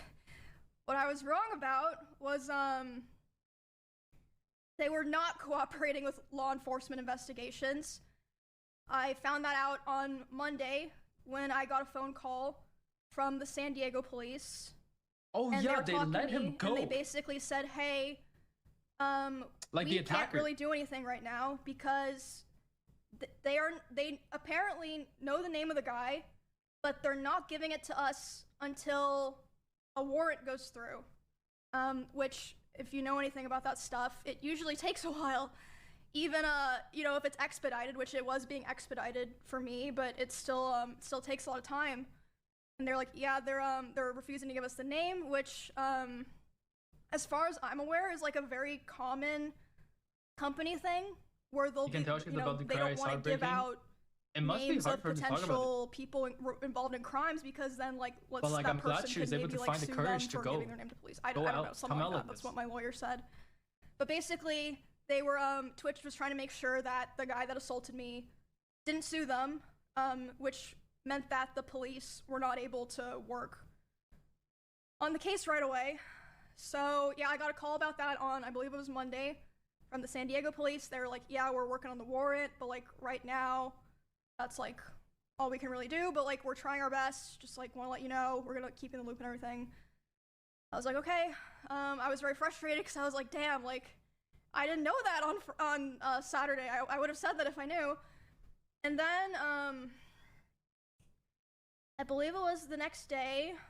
There was someone who, I don't know if they were a viewer or if they were just someone who like knew of the situation from social media. They contacted my manager, and they basically told her that at their place of work, someone came into their work who matched the description of the guy, and this person was saying like, oh, I'm, traveling to Texas, and I caused like quite a stir at a TwitchCon, and this person like, reached out to my manager, reached out to police, San Diego police interviewed them. But basically what I'm trying to say is because all this stuff was delayed, this guy was able to get really far away from San Diego, allegedly. And this whole time my manager was like, basically like begging Twitch, like, dude, like, please give us his name. Like, we don't know who this person is. He's gone. Like, for all we know, he is long gone before Twitch is gonna do anything. Where Emmy and her roommates live. Like, I can't like help her if like I don't know who this person is, and they were refusing to do it. But after that tip from the person who said that the guy came into their workplace and was talking to him, my manager demanded the info from Twitch. So they did end up giving it to police, but not my manager, as far as I know. She still doesn't. Of course he ran away, bro. He doesn't want to deal. He knows he's on the internet now. The investigation's still going on, but it's like been a huge mess because of all of the delays and like refusal to work with the police.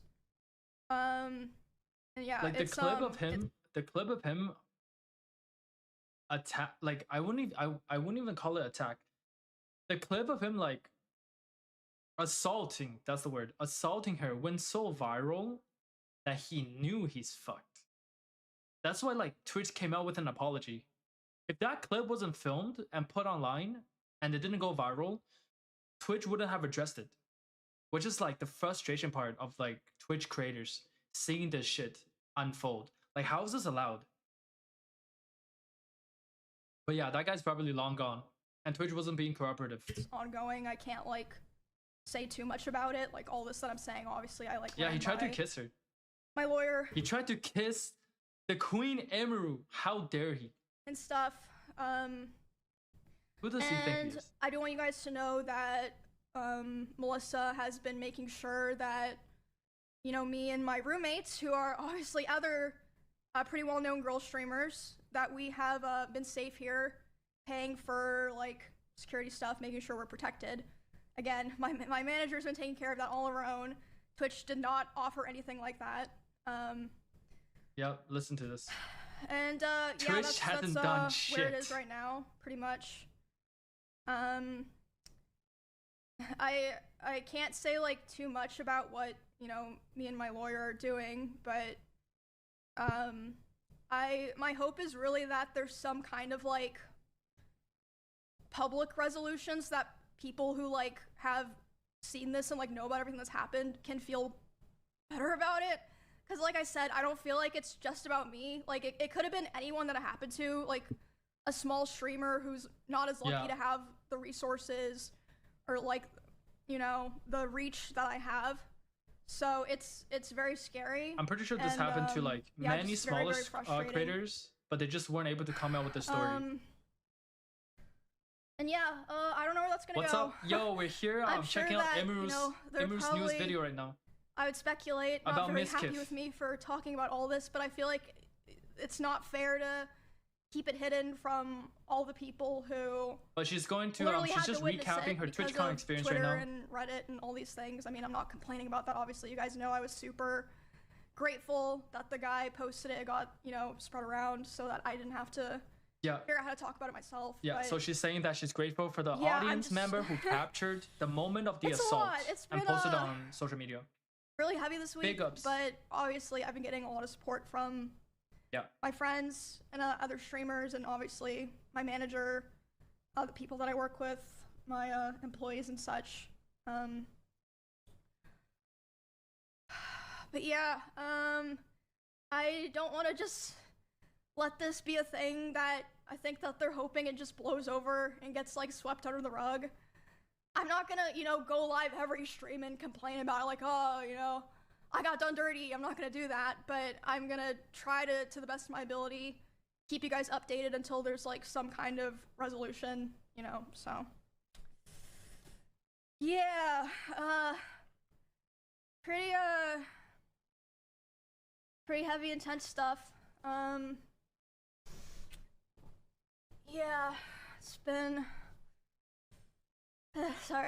For next stream, I'm gonna tone down my Streamlab bots a little bit. Yeah, I think it's being too strict for you guys. This kind of just went away and people were like, oh, what happened? You know, I don't know. You know, am I gonna go to TwitchCon next year and, you know, like if something happens to me, it's gonna, you know, they're gonna try to hide it, basically.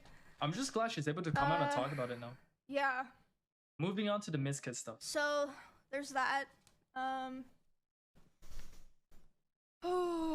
Give me a second. I have some more stuff I want to talk about, but I'm trying to not rush myself because I'm trying to my best. Yo, it's my like, camera. You know, Yo, check out. Wait, hold on. Let me check out my camera. To the best of my ability. Yo, I'm hitting with the golden hours. Get to the information across accurately. Respects to her, honestly. Yeah. Thank you guys. Thank you for, you know, support and stuff. Like honestly, it's been shocking to me because the guy who tried to kiss her is a red flag. I guess like is like whenever things happen, I always compared kind to what of she's gonna talk about next, the bare he is like outcome, nothing. if that makes sense. So, yeah, I've just been very, very thankful. Very thankful and very grateful. And, Yo, Chad, how's the light on me right now?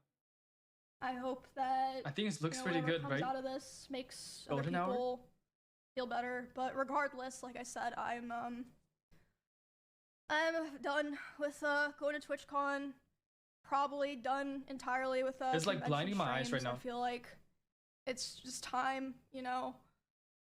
And I think that's probably true for a lot of streamers. The climate has, you know, really changed. We're gonna be golden. I've been on Twitch for 10 years, like, you know, I keep fucking repeating myself recently. And yeah, it's changed a lot, gone pretty big. And I think that's just, you know, the reality that you have to accept. But, you know, maybe it's not a bad thing. Can you imagine being know, a streamer for 10 go years? back to Holy. rotting playing games in your room. It's not so bad, right? Retirement? Like that's like almost no. half of my life. Not retirement. Definitely not. Because I'm the kind of person, I'll never give up. You're not gonna make me give up. So, yeah. Never back down, never what? Fortunately, I'm not done yet. Like I said. But just give me a bit. Was worried you were gonna quit? No. And I don't think I'm gonna go to any other platforms because Come to YouTube.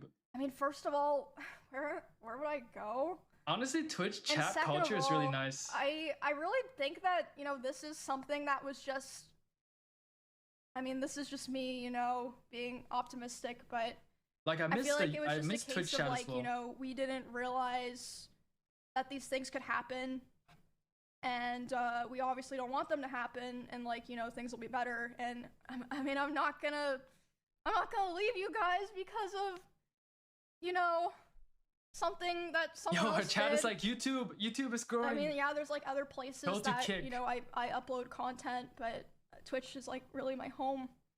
That's why, through all of this, I feel YouTube like most is pretty people, rad. you know, I mean, I did make a tweet, but like it was probably like 10% of what I needed to say. A lot of people make a tweet, make a YouTube video. That's why I've chosen to do all of this live and like raw, because it's just what I'm most comfortable with and what I've always done. So yeah. Oh, sorry, my like emotional voice is so ugly. Yeah.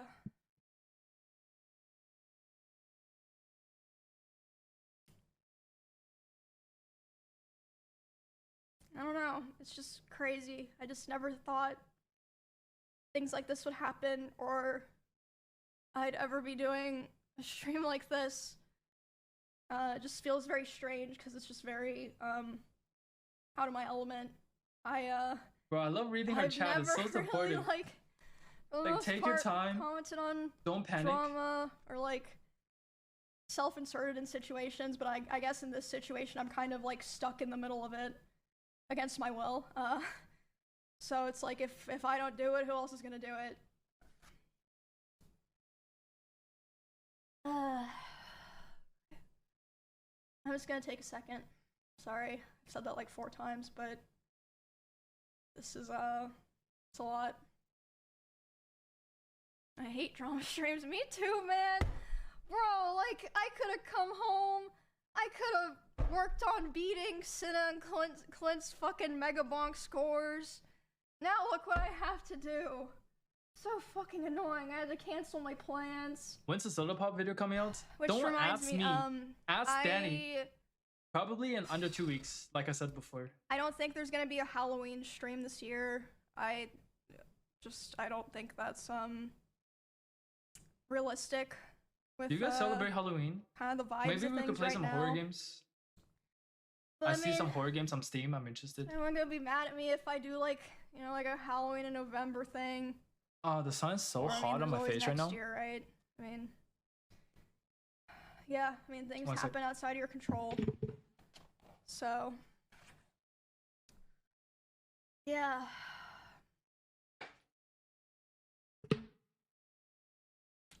It's just crazy, but I mean, thank you guys for listening to me talk and complain. Okay. Yeah, I want to stream more for sure. I'm gonna check out what horror games are out there. I see some that I'm interested in. Yeah, I and it's probably gonna appreciate be it. good. So, the next thing, Okay, here it comes. Here it comes. Here it comes. at the end of my last stream, I said that when I got home, I would be talking about some other things that I really, really did not want to talk about. But I feel like those things, developing independently of their own from the TwitchCon incident, have gone to a point where I kind of feel like I have no choice. So,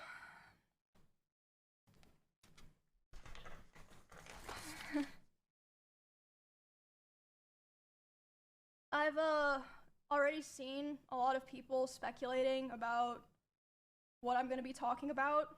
Okay. And some people have been right, but even for the people who were right, they were only like 5 to 10% right. Okay. I don't think I've seen a single person online who knew or understood the severity of what I want to talk about today. This is actually big. And I want everyone to be This is aware getting me that nervous. I've been handling the situation very seriously, and I've spent a lot of time thinking this over. And not only that, I've been in contact with a lawyer. I had them review everything that I'm planning to say today. Why is she so nervous? Because It's I wanted to because make it's sure huge, that if I was important gonna do stuff. this, Very I was gonna do it sensitive right, stuff. because it's so serious. And Like, I've never seen her talk about anything like this before, I feel which like is it's like gonna taking me change aback as things well. forever. And so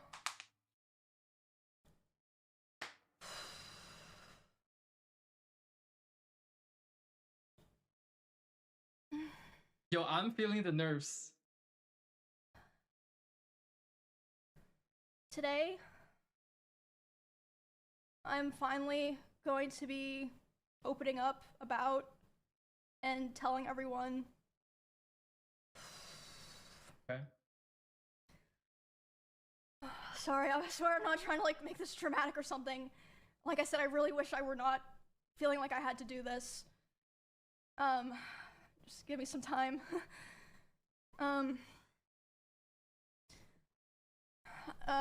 I'm gonna be doing a lot of, I guess you could say, like, fourth wall breaking in a way, and talking about things that I thought would always be personal, and just, you know, I would just carry them myself.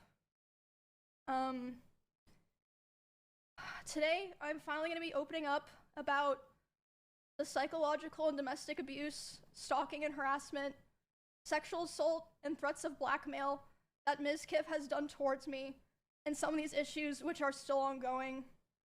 For the entirety of this year, I have attempted to separate myself from him and not talk about him at all, and not talk about this issue, and just not make it a public thing. I always tried my best to keep this to myself, but like I said, I feel like it's gone to the point, which I'll explain later, that I feel like it just has to be done.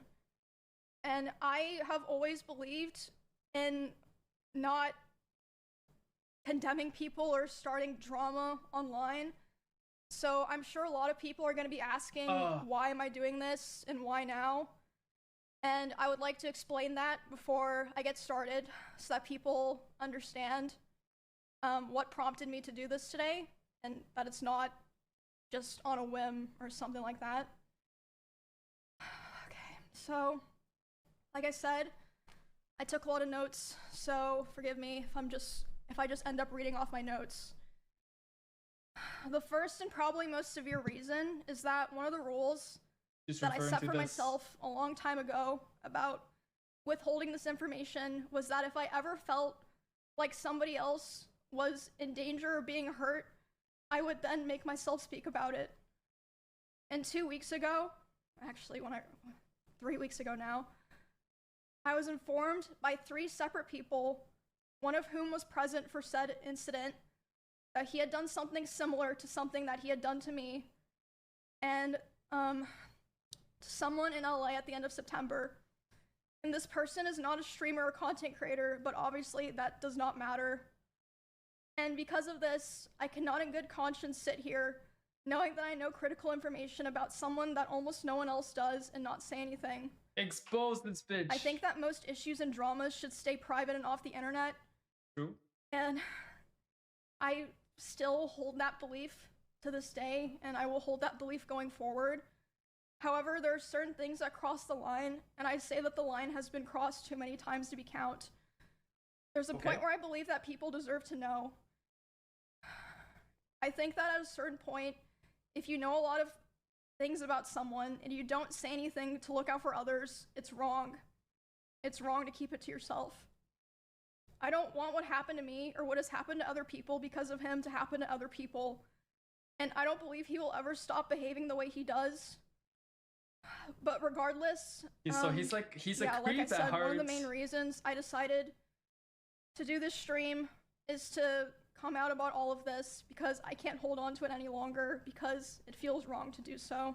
He's finally getting exposed. And an honorable mention reason for why I'm doing this is that for a while, he has been indirectly threatening me through my friends and people that I work with. They've informed me that he said that if I ever talked about anything he did, he would try to create a smear campaign against me in retaliation. I was told that he even approached other streamers who were close with us back when we lived together, asking them if they would join with him, and they all refused.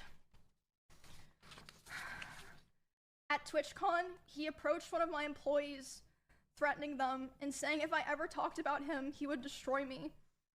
Multiple people have told me that his plan was to claim that I kill animals and that I killed my own rabbits, since I had several of my rabbits pass away over the course of 3 years while I lived with him. What a dirty dog, bro. I'm sure he's probably listening now, and it's probably gonna come as quite a shock to him that this information made its way back to me and that I've known for months. But if you try to threaten me to stay quiet, especially using my poor dead animals, I'm not going to stay quiet. Okay. So now that I've explained all the reasons why this took so long, and yo, I'm just glad that I'm a content creator in Canada, just staying in my lane. Like, bro, do you see the shit that she's going through? Like, being a part of the LA scene, being a part of like one of the big creators in LA, and have to put up with dramas like this. Like, yo, like you make that bag, but then your mentals gets destroyed. Why I made the decision to do this stream. I'm just at home watching anime. I would like to get out of the way before and my I start talking about all of this. The way that I'm gonna do this today is I'm gonna run through everything from the beginning to the end. I'm in LA. To try to get I've been to across LA the a story few as times. accurately and fully as I can. Not my vibe. And hold on. Hold on. Yo, her wallpaper. What? Also, yo, we need something like that. I need something like this. That's so cool. We're going to be showing a few screenshots validating what I'm saying. I have more things, but this is what I felt comfortable using today. And I will be running through those later. Another thing that I'd like to mention before I start is that during my statement, I'm going to be mentioning directly the names of about half a dozen other creators who were present for certain things. And I want to say that none of these people did anything wrong. I'm just saying that they were there, and I've asked all of them permission.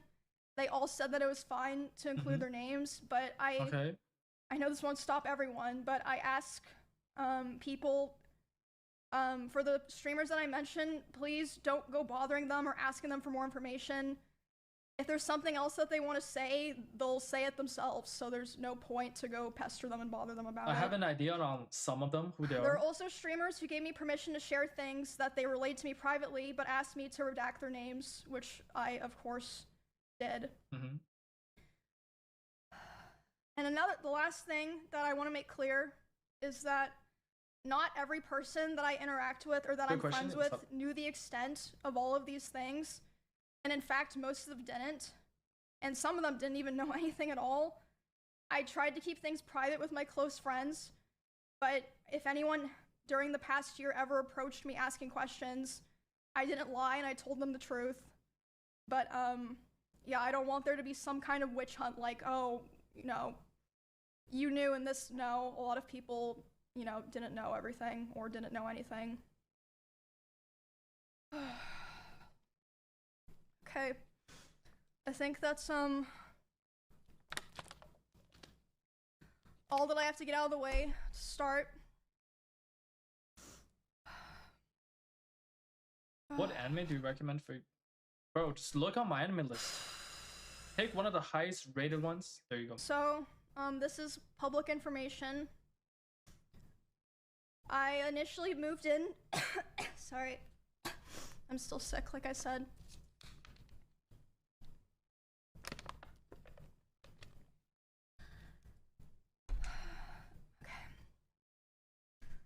This is all public, obviously this part. I moved in with him. So they moved in, so they lived together before? Because he offered.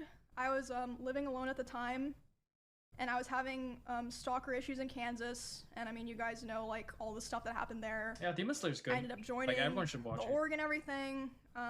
We did a lot of streams together. And, I mean, a lot of people already know this, but I'm just gonna come out and say it. We, started dating. We were in a relationship starting January 2022. After I joined OTK. I'm not planning to go into too much detail about the start of the relationship because the OTK was the organization that they were in. It doesn't really matter at this point. It's irrelevant now. The only things that really matter that you guys need to know that's not me, that's you for the guys. story are that that's not it you guys, was, that's me. one, an extremely private relationship. It was even hidden from friends and people in the org, but I mean, obviously people all eventually figured it out. They're not fucking stupid. And second, it was an extremely codependent relationship, which it's not the issue, but that's just, you know, making that clear for details. He initially portrayed himself to me as someone who was very nice to girls and wanted to help me feel safe from stalkers. Of course. And wanted me to succeed as a teammate, and we grew very close over time. And oh wow, who would have guessed? I was very dependent on him. He was a nice guy. Who would have guessed? Feelings of safety, social life, like my stream, my job, everything. They always are. Yeah, of course. So yeah, besides it being a very codependent relationship, the start of it was fine. I saw a lot of people mentioning this. They thought this was what I was going to talk about. It's not a secret. I think everyone who paid attention knew that he was very controlling over what I wore, to a degree, who I was friends with, and even when I would stream. So, like, people who control your significant others in a relationship, like, you're just not being a good person. You're not respecting the boundaries, the privacy. And in a way, you're trying to project your insecurities onto them. For them to dress in a certain way that only caters to your suitabilities, that's a red flag already. If any time in a relationship people tell you that you should be acting a certain way to fit their style, it's not to, like, for the sake of your own benefit, but for the sake of their personal preference and their style, and cater to what they want, that's a huge red flag in the face already. I mean, it's like common sense, but then some people who are like just in the midst of a relationship, it's hard for them to see, even though it's so blatantly obvious in the face. When it was definitely slow over time that bad things started happening. Because it builds up, right? At the start. Because like she said, in the beginning, he was a nice guy that fought off stalkers, everything. Oh my god, my knight in shiny armor. So for that facade to slowly crack over time, it's hard for you to see it immediately when it cracks because you're still fooled by all the good experience that you had in the honeymoon phase of your relationship. It would be things like, for example, he would throw... Okay, anyone that throws things in a relationship is a psychopath. Like plastic bottles with liquid in it, not like glass bottles, at me. Like, if you throw shit, you're a psychopath. Like, I didn't like it and it scared me and I bruise very easily. He would throw his phone at me. I would tell him, you know, it scared me, I don't like it. And one time it even hit me in the eye, which caused me to get a black eye. Oh man. Yo, bro, like, I have PTSD from hitting my eyebrow on the camera, okay? So like, on the eye is crazy. Giving you a black eye is fucking... But he always... Bye, Chelsea. You know, was like, oh, it's an accident, and I was like, oh yeah, it's an accident. Like, you know, of course I'm not gonna think that it's an accident. You know, he's... Of course. Yeah, I just... At the time, I just kind of was, you know, I just brushed it off, and looking back now, I feel like that was... He was lucky he was with a girl like Emiru, who didn't cause trouble in public from the very start. So he was getting away with it, and because he was getting away with it, he just kept doing the shit. Kind of the start of him testing my boundaries, if that makes sense. Yeah, you limit testing. Bros, limit testing in a relationship. That was already kind of like I do it in League of Legends. He's doing it signs IRL. Within the first 6 months of me and him being close, and then again, a very public situation. The end of 2022, the cover-up allegations happened. I mean, yeah, like I said, all that's public. You can find all that, see like what I said during that, everything. After that happened, his behavior started getting a lot worse. Love is war. Which, I mean, I suppose it makes sense. You know, he was very stressed. A lot of stuff was happening, but the bad behavior was ramping up, and I feel like it's so apparent. I feel like, you know, you go back and watch anything from that time. I tried. I'm just telling you guys how I feel. So hard to help him and be there for him because I really believed in him. And I wanted him to, you know, get better and get back on his feet and be the person that, you know, I always believed that he was. So like, this is what happens. Like, they trick you into thinking a certain way. They trick you into thinking like they're this type of person. And then you give them the benefit of the doubt, and then they show the red flags, and you're like, Nah, it's probably not permanent. Nah, this is probably like a one-time thing, a one-off thing. Like, yo, this is not who he is. He could be fixed. And that's how you let yourself fall into like a spiral trap. I mean that her boyfriend is mad. Oh yeah, her boyfriend is mad, bro. Like, bro's a psychopath. You throw anything in a relationship, you are a psychopath.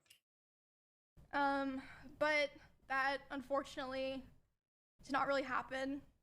For a long time, I think about a year and a half from when that all happened, it was kind of like slow things getting worse. But I mean, honestly, I'm not even gonna bother going into the details of all of that because there's just too much to cover, and it's honestly kind of not really relevant to the rest of what I'm saying because the rest of what I want to say is a lot worse. There was a point where things really took a turn for the worst. Like, it felt like, you know, like a very delicate branch just kind of snapped.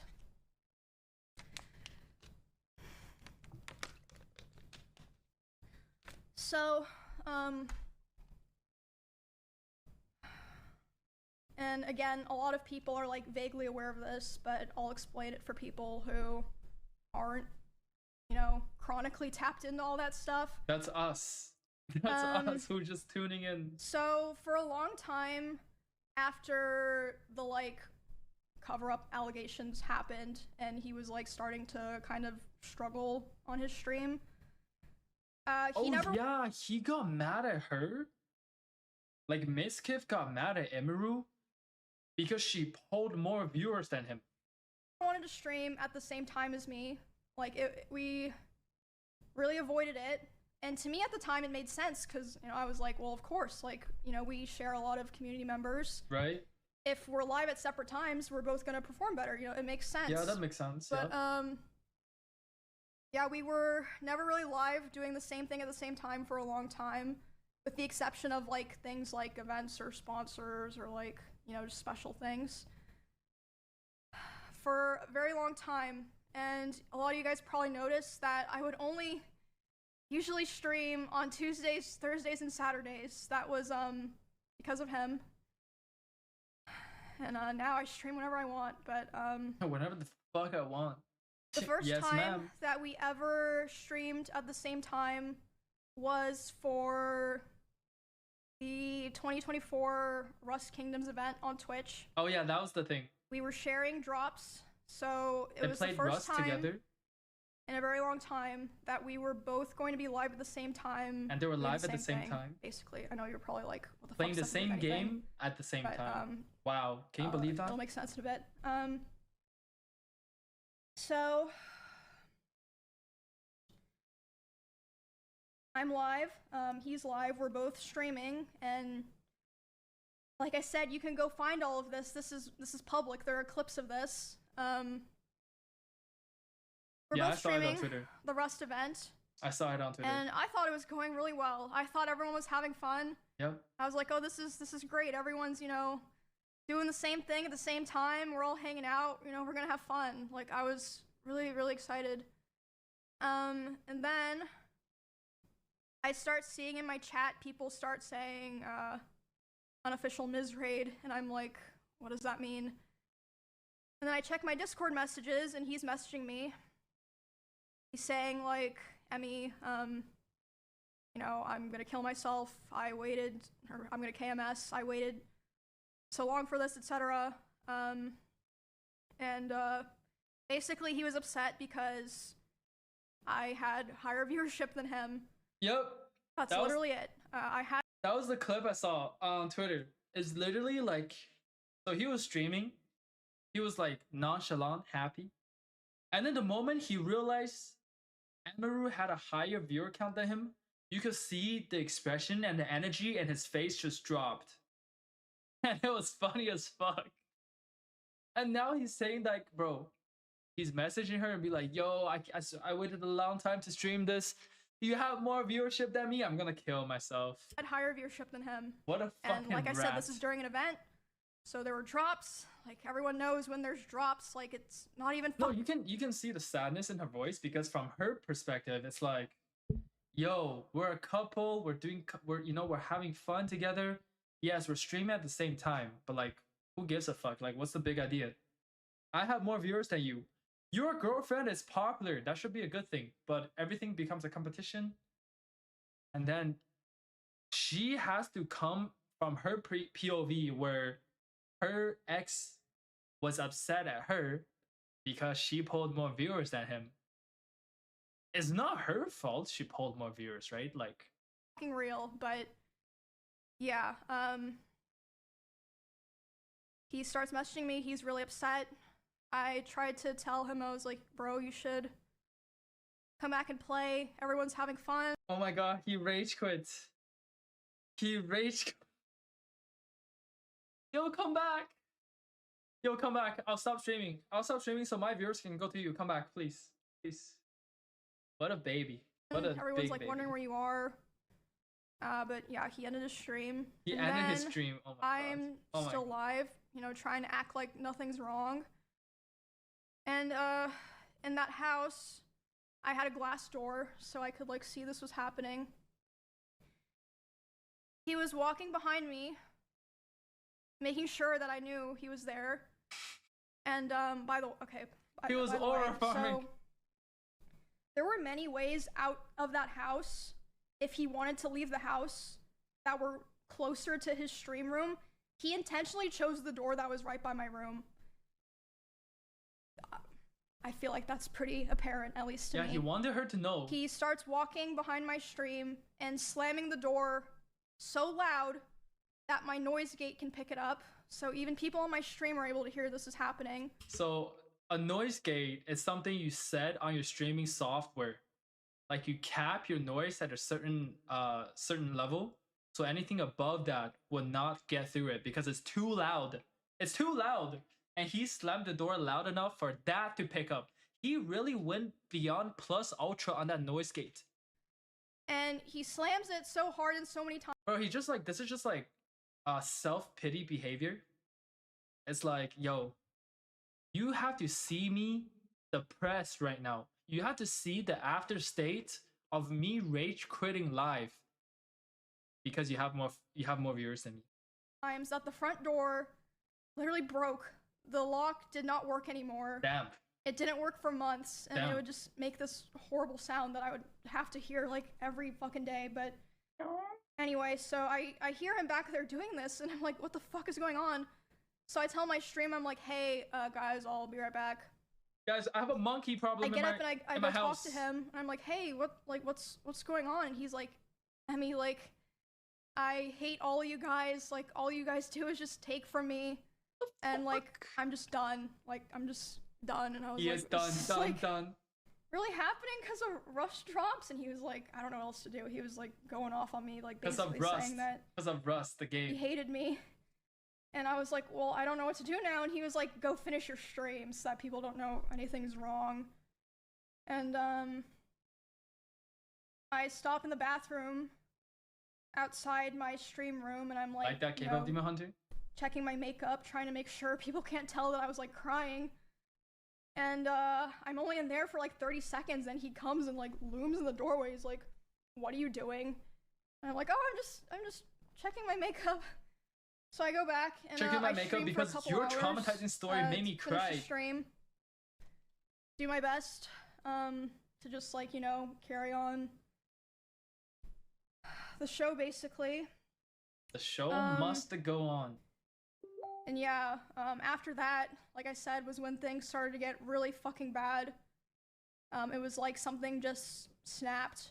For the rest of the week, he streamed the Rust event. He got all the drop viewers. I'm sure he was very happy. I mean, good for him.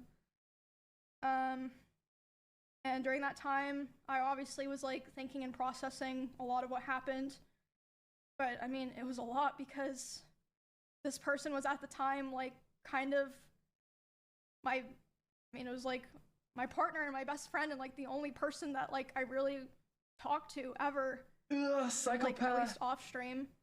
Psychopathic. So I mean, it was a lot.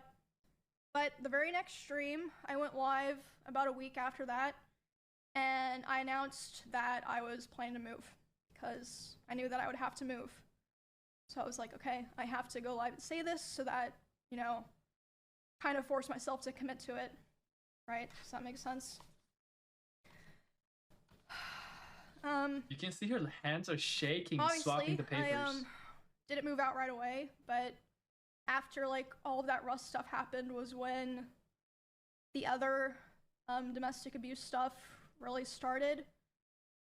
He would Can you imagine the triggering point for domestic violence was a Rust stream, was a video game stream. That's what triggered everything, by the way. Who is this? This is Emiru, and she's talking about her SA stories of her ex, Mizkif. destroy furniture in front of me. He would throw things Hulk in front smash of me and in near front me. of her. Destroy walls. Again, you can go see this in some of his VODs in his bedroom. The holes in the wall. There would be times where he was upset at me, and I would go to my stream room and literally lock myself in to get away from him, and he would be banging on the door and screaming at me. And at the time, he also would more often do things like going, like if we were driving in the car together, he would be going like 150 miles an hour, and like one time he even said like, well, now we're both gonna die. Yo! Like threatening to kill both of us. Nah, hell nah. I need a death note And now. This wasn't like even necessarily Grant me because one- of yeah. me or like because of something I did a lot of the time. Like one of the times that it happened, Bro, these guys it are so was fucking because, spoiled, by the way. we were just getting food, and he was on his phone, and he saw that Mr. Beast had put out a video, and Mr. Beast had invited another streamer, and he was like, oh, But he didn't Mr. invite Beast him. invited this guy to his video, not me. And I was like, oh, Yeah, well. he didn't I'm invite like, me. huh? Guess Yeah, I'm I gonna guess go so. speed down the highway and kill us Which led both. to him going 150 miles per hour in the car and talking about That's the killing himself reason while to doing killing us both. What a Um, fucking loser. Then at home, other things would happen. Like I'd be trying to sleep, and he would scream at me and say that it was all my fault that he felt insecure. There was a time that Hey, at least he was honest. I walked into a room that he was in. It's your fault of my insecurities. You are responsible for everything. You're responsible for me being short, me balding.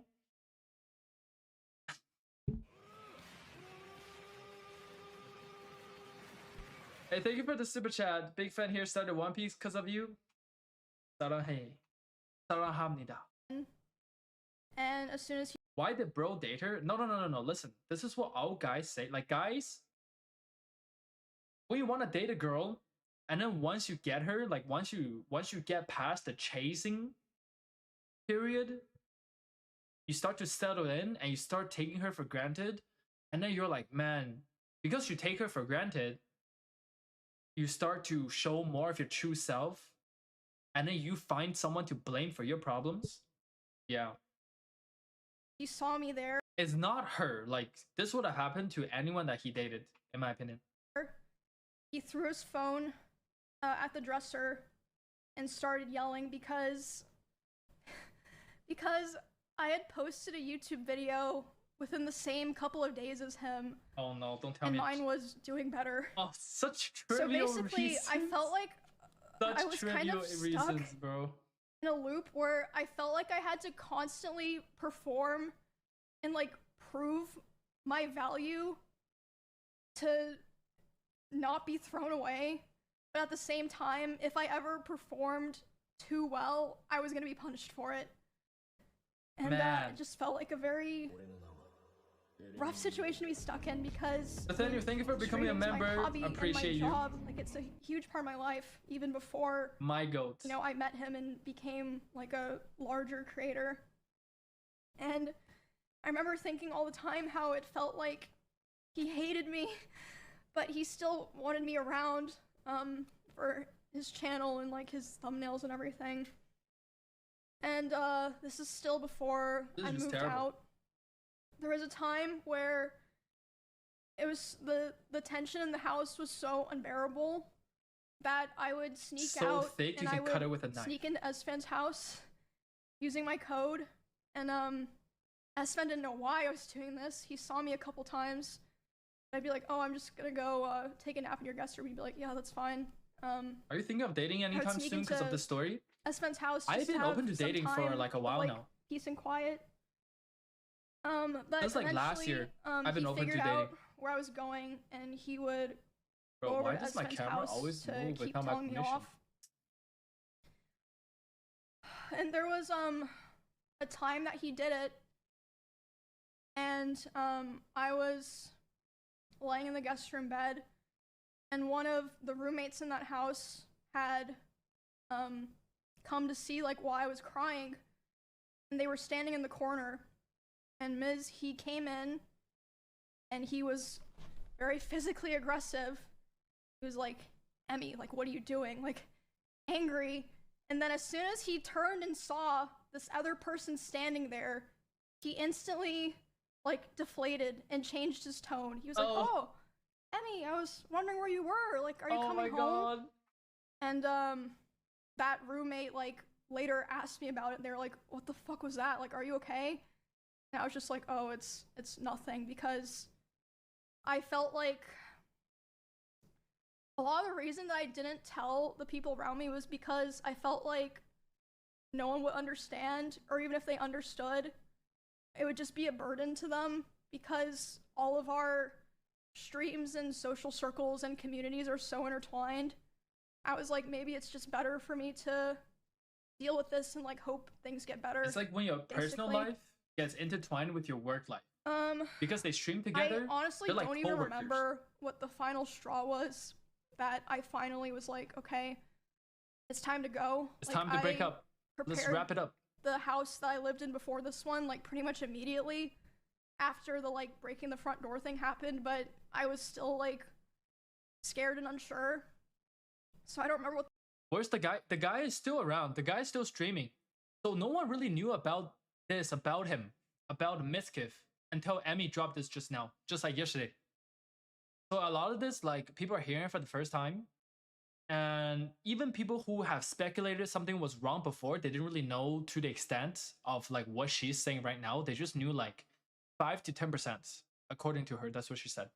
So now she's filling up the rest of like the 90-95% of the entire story, and this is where people are getting a gist of who Mizkif really is as a person. The final straw was, but I remember the day I took Cheddar to the house, because he just randomly started like screaming at Cheddar and was like, get that fucking cat out of my house. So I just grabbed Cheddar and put him in my car and grabbed his litter box and took him there, and I just left him there and never took him back to that house. And then I think like within several days after that was when I finally moved out. Yeah, it was on very short notice. Like I said, I don't even remember what the final straw was because so many things happened, but there was a time when I just knew. I called some movers. I said, hey, can you come tomorrow? And they were like, yeah, and then I literally moved the next day.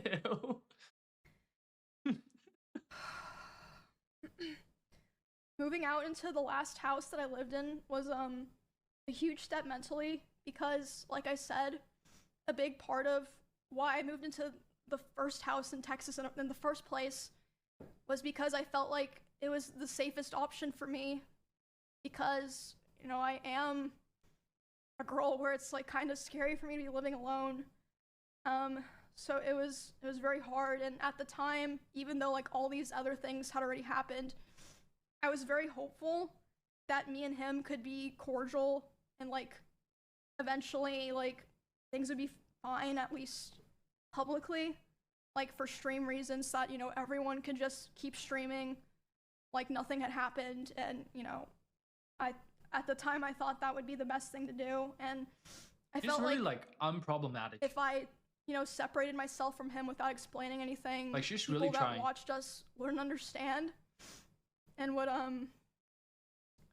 attack me. I was yeah, I mean, it ended up happening anyway, so. How wasn't he arrested? Because she didn't say anything. Yeah. She wanted to keep it under wraps. After I moved out, until now. we, like I said, still kept in contact. I had hope that somehow things would get better.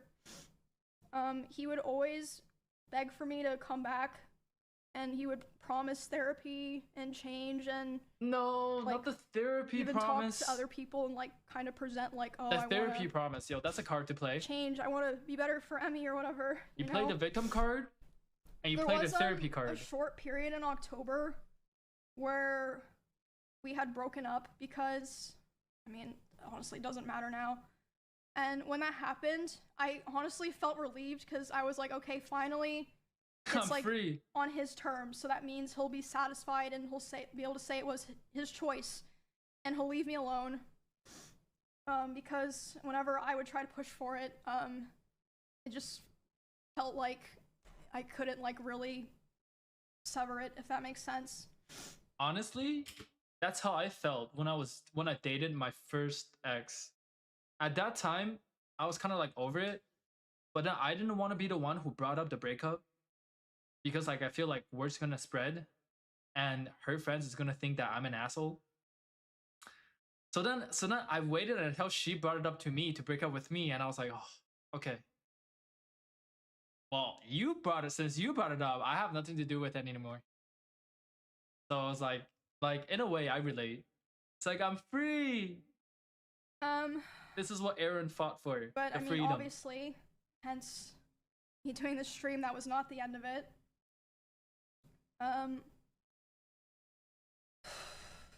A week after this breakup, he asked to come over to my house and talk for closure. Oh, for closure, yes, for closure. I know that move. He came to my house and Hey, I just want to talk. I was crying like crazy because the emotions were just very high, because I was dealing with a lot of major shifts in my life as a result of me attempting to start to try to distance myself from him.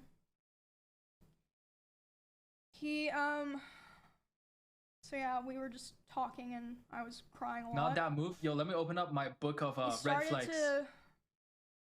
The closure try to move. comfort me by hugging me while I was sitting on the couch and holding me really close to him. And when this was happening, we hadn't talked in quite a while, and I'm usually very uncomfortable with being touched a lot by people that I'm not in a relationship with. This is how he's trying to weasel his way I back. let him hold me while I was crying. Yeah, like when he knows she's vulnerable. And he started kissing me in my face, and I let him do it. I was still sobbing a lot. This rat. And then this weasel suddenly, rat. He tried to climb on top of me and aggressively shoved his hand down my pants, and I screamed. Is he arrested? Yeah. No. And when I screamed, Maybe he jumped won't. off me like a cat, like. And instead of apologizing or checking if I was okay, he said, "I feel weird now. I feel like I did something wrong. I have to go." And he immediately left my house while I was still crying. Yo, like some stories I hear, I'm just in such disbelief. Like you're going over to a girl's house, she is emotionally wrecked. You know why? Because you guys just went through a breakup. You know exactly why she's emotionally wrecked. She's crying. And then you use this chance to take advantage of her vulnerability, starting with a hug, and then kisses on the face, and then making out. Then you jump on her trying to get inside her pants like you're feeling horny or some shit in the moment when she's crying, and she freaks out, and you're like, yo, I don't know what happened. You're being weird. See ya. I'm out. Can you guys believe this shit? Like, this happens. Like, these things actually happens.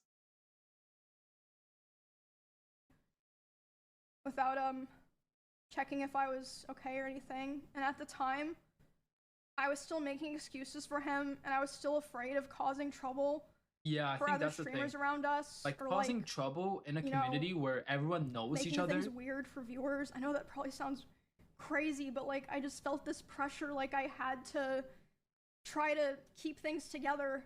Yeah. If that makes sense.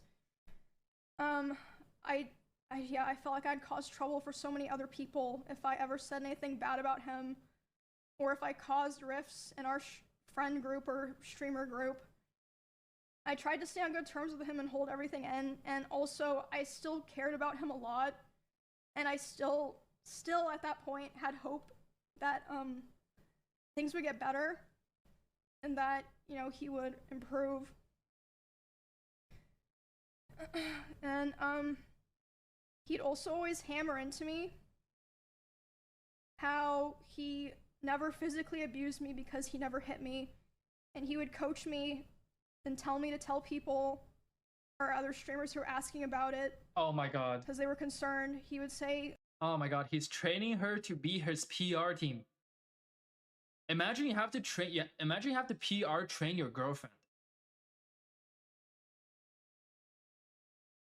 Hey, when people ask you, just tell them I threw pillows at you. Nothing serious. I've never threw a phone that gave you a black eye. Don't say that. Don't say that. Say we had a pillow fight. Say that everything was fun and games. he'd say, tell them that I never hit you. Make sure that they know that I never hit you. Around the same time, this was during OnlyFans 2, so... Wait, hold on, hold on. How old is Mizkif? I want to know their age gap.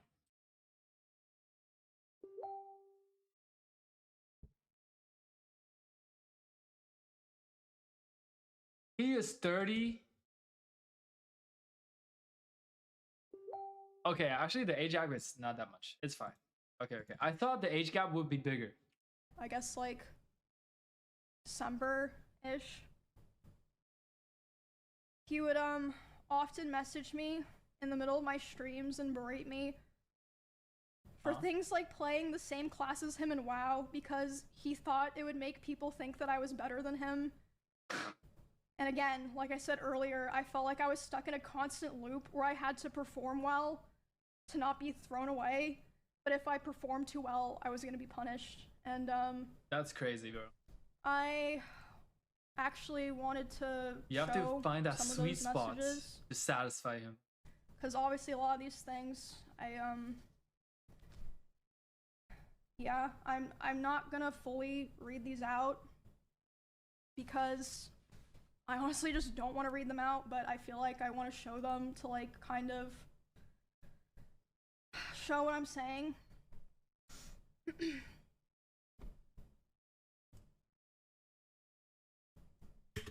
Okay.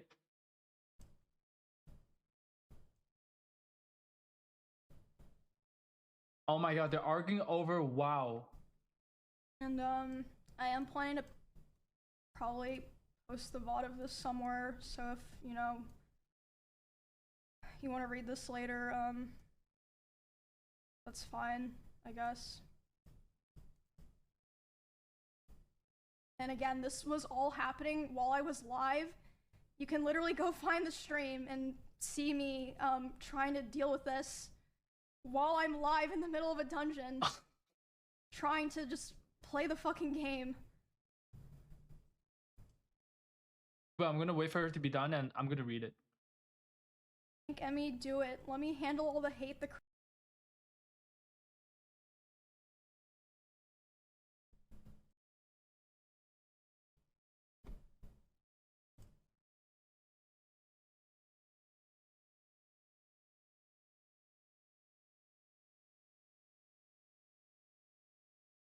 How can I not tank in dungeons?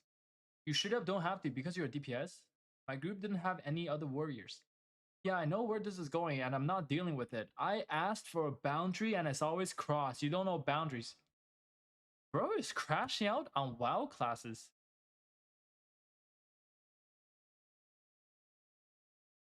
How can I not tank as a warrior in dungeons? Because you aren't a tank.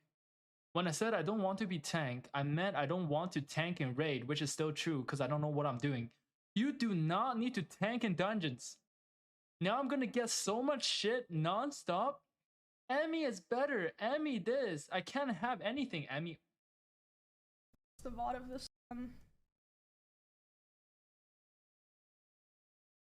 I can't have anything, Emmy. You just take. I don't understand what you want me to do. Not tank. Just that simple. So bro is crashing out because she's choosing to tank rather than DPSing. DPS stands for damage per second. You already played warrior when I told you we're gonna get compared, okay?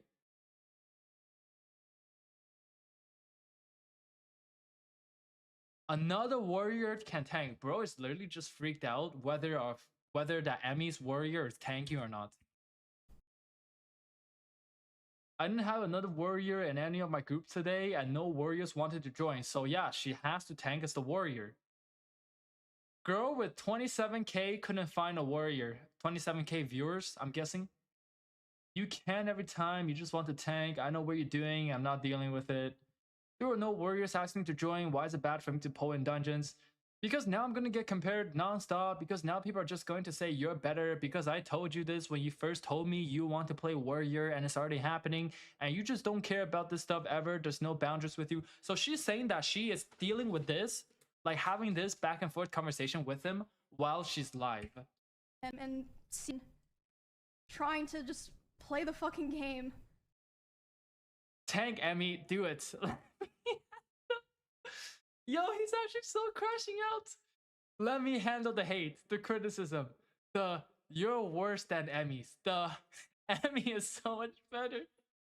The people saying you're better in every chat. The comparison says nobody will be on my side. Let me deal with it. You have fun. I asked you to not become a tank and you don't listen. And now it's the classic, what was I supposed to do? I'm not dealing with this. Rage spam. Yo, the passive aggressiveness. Let me deal with it. You have fun. You want to have fun to play warrior class in WoW? You have fun. How dare you try to play the same class as me? Now people's gonna think I'm worse than you. You have fun. I love it. I love it. I love salty gamers. As a gamer myself, I love to see other gamers salty. Oh fuck, I think I... Yeah, you opened the same one.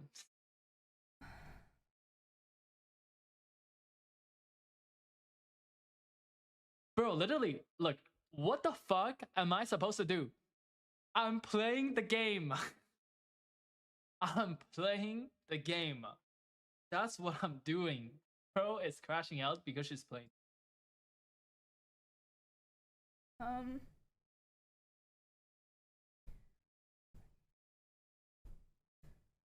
Tank Emmy, do it. Let me handle all the hate, the criticism, the you're worse than Emmy's. The Emmy is so much better. The people saying you're better in every chat. The comparison says nobody will ever be on my side. Let me deal with it. You have fun. I asked you not to become a tank. You didn't listen. And now it's the classic, what was I supposed to do? I'm not dealing with this. And like I said, you can go find the stream. But for context, I was playing Warrior in World of Warcraft in like a level 24 dungeon. It was like Silverpine. Like, it was just like, it wasn't even like, it was like dog shit gameplay, I'm gonna be honest. Like, so, yeah.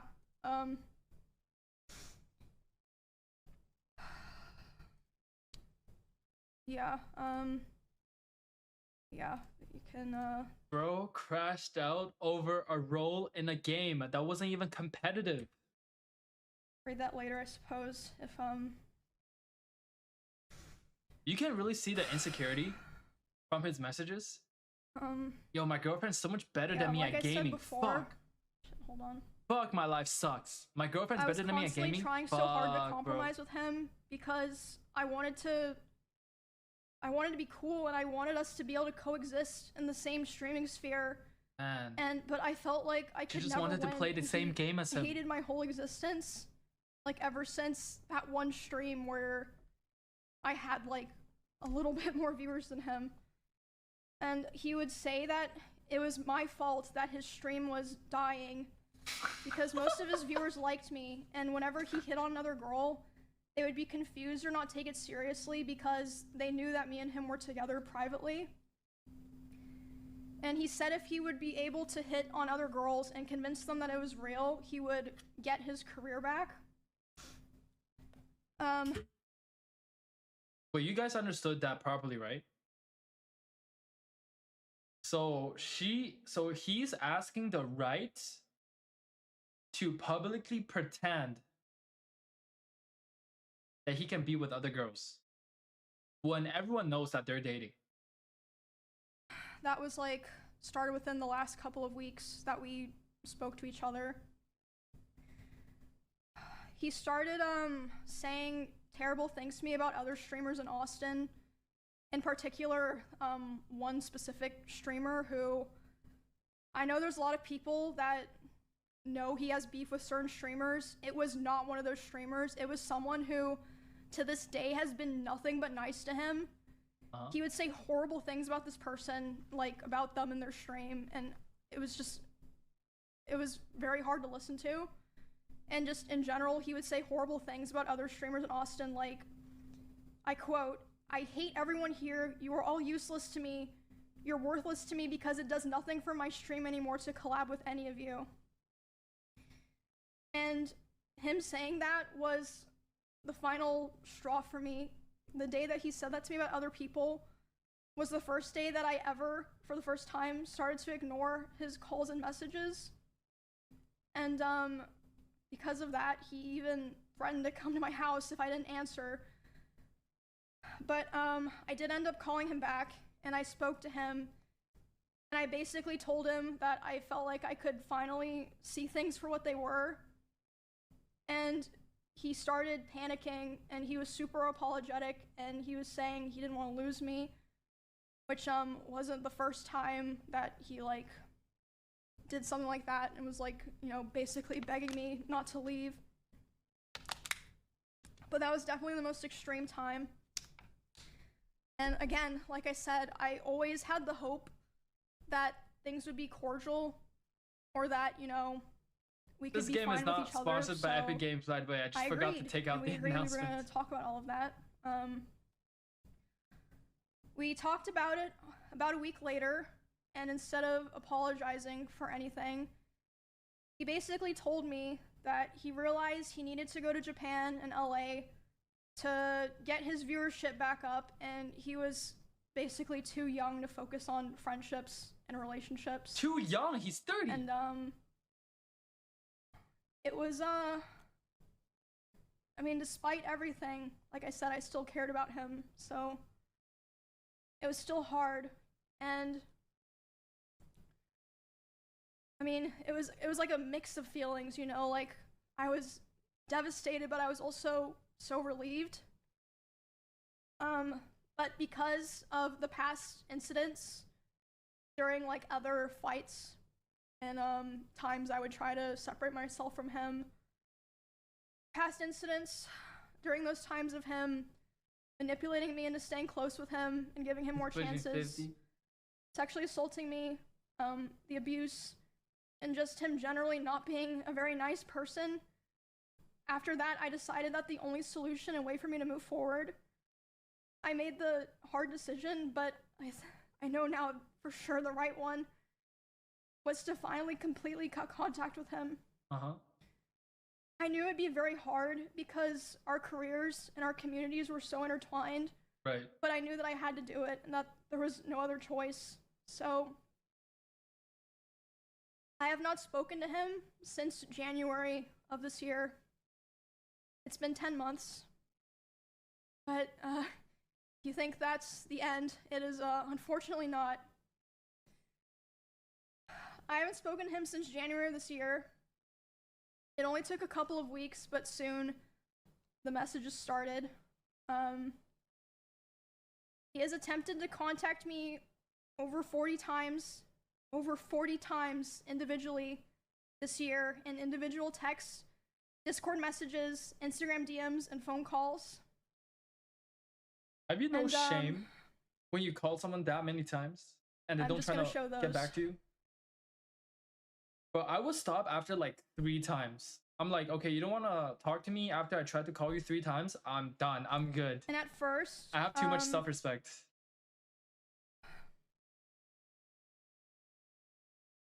At first, it starts simple. It'd be confusing messages or like him expressing he was worried about things. Like, at first it wasn't anything weird. Can we please communicate so I don't feel isolated? I hated by my own org. OTK, that was the organization that they were part of. I just want to be okay with each other, and I feel with our streams and lives, we shouldn't have this feeling. I came home and feeling terrible. It feels so odd that I cannot talk to you or anyone and just know what's happening. Can you please respond? I understand and will just leave you alone, but I really would appreciate it if we talk. I won't text you again after this. I really want to talk to you if possible.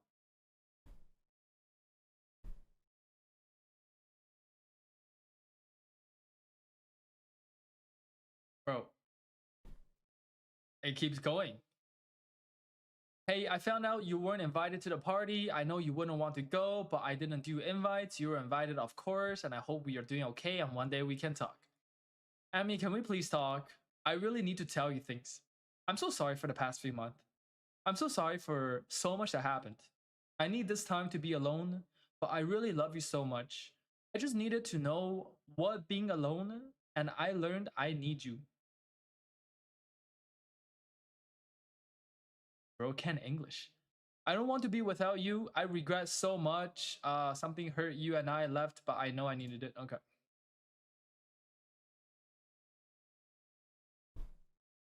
Where does it stop? I really need to tell you things. I'm so sorry for the past few months. I'm so sorry for so much that happened. I need this time to be alone, and I really love you so much. I just needed to know that being alone, and I learned I need you. I don't want to be without you. I regret so much that I hurt you and I left, but I know I needed it.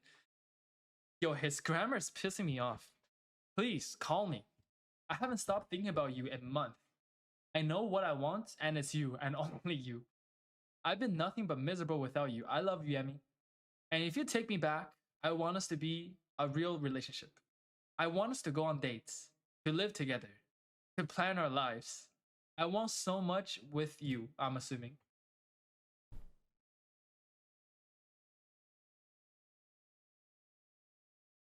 I want so much with you. Please just hear me out.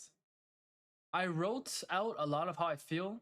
I've been writing so much. I learned so much about myself. Just please, if you can hear me out. I love you so much, Emmy. I've been crying every night without you, and I'm sorry I've done any of this. I've been so depressed without you. Just call me. I'll be up. I'll do anything for you. I will come home from Japan right now for you. Can you answer me, Emmy? Just at least tell me you moved on. Yo, if I mean, this is just my thought, right? If a girl doesn't respond after 40 attempts over the duration of a couple months, I would assume that they have moved on, but that's just my logic, right? I don't know if it's true or not, but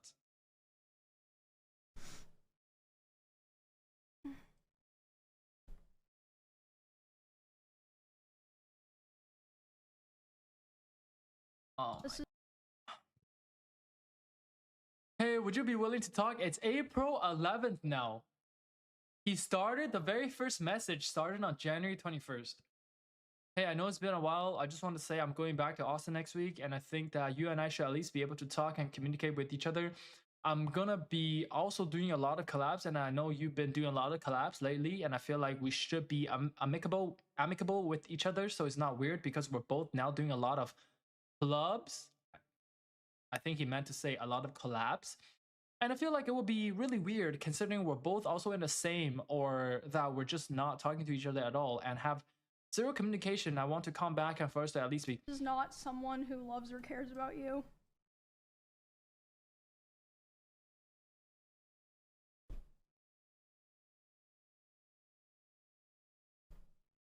If we can't communicate and we're gonna continue to not talk, this is only going to get weirder and weirder as we're both invited to the same things constantly, and we are both invited in Austin activities. It's bad for both. Yo, this guy, he needs ChatGPT to save his texting for his life. Like, reading his messages is, come on, bro. Another one on Discord. Not a day has gone by in these last 4 months where your final words to me don't go have been echoed in my heart. I feel like I'm reading some fanfic. I walked out your door thinking I knew what I wanted, but I was wrong. I told myself I needed to be alone, that I had missed out on being single in my 30s. I convinced myself I needed space, freedom, distance, but the truth is, I was afraid. Afraid of a commitment. Afraid of what it meant to truly let someone in, even someone as beautiful and kind as you. So I tried to protect myself in the worst way possible. I pushed you away. I told myself lies to justify it. I said I was bored. I said a relationship would hold me back. I said I didn't want to be with just one person. But those weren't truth. They were shields I put up to avoid facing my fears and the parts of myself I hadn't yet healed. And in doing that, I lost you. Okay, here's how I feel about this. Like, it's kind of cringe, yes. But I see myself doing this as well when I was in high school or early uni days, like uni/college days. I could see myself. I know I said shit like this too. Back when I was like 18, 19. Not when I am like 30, bro. Bro is talking like some fanfic, anime main character in a fanfic.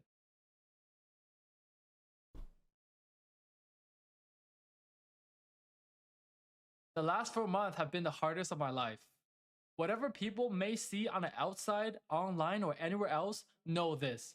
I've been lost without you. Bro, it's fanficking. I missed you every single day. I've cried more times than I can count just thinking about your smile, your laugh, the way you say merp. That's pretty attractive. Merp. Or make those low sounds when you are happy. Yippee! I even had to unfollow you at one point, not because I wanted to forget you, but because seeing you reminded me so painfully of how badly I messed up. I love you, Emmy. I always have. I know now I never stopped. I know our time together was far more perfect. My mental health weighed heavily on us both. Yeah, bro, like, yo, you pulled more viewers than me? I'm killing us both on the highway! 150 miles per hour, we're both going down. Because my feelings were hurt. My mental health weighed heavily on us both. I'm so sorry for what I put you through, you psychopath. You carried more than you ever should have had to. But I'm working on myself now, really working. I started treatment.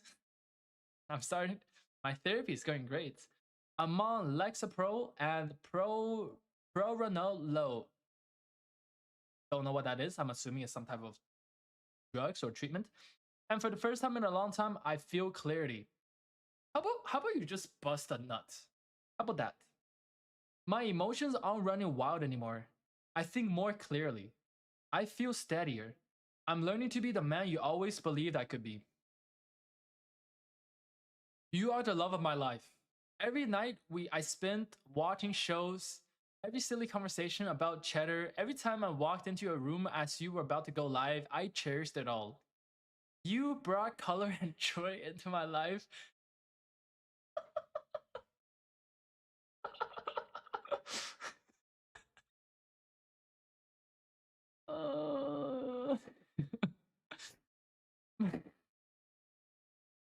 You brought color and joy into my life in ways that I didn't fully appreciate until I lost you.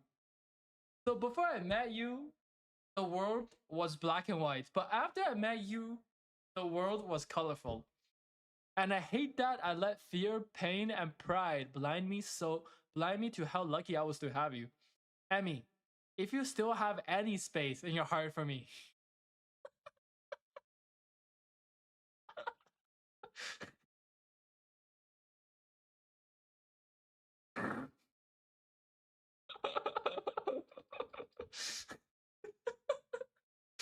I'm dying. Emmy, if you still have any space in your heart for me, I will spend the rest of my life making things right. Loving you the way you've always deserved to be loved. This time, truly. I am leaving for LA, but I will make it work with you, even if we can start small. It's always been...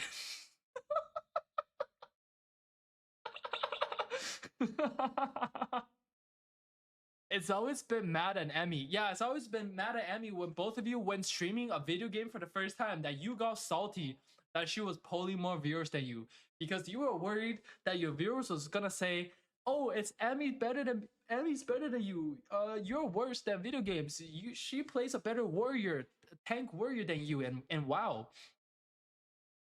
And it still could be if you'll have me, Matt. Oh my god, what the fuck is this? Oh, this is Instagram DMs.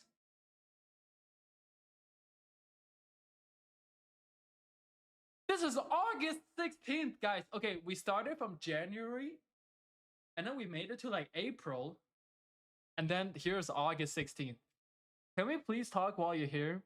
A simple conversation would go very far for both of us. The lack of communication is very confusing. And I've been wanting to talk to you for a while. This is in May. Oh, this is in April again. Oh wait, no, this is the August one, yeah.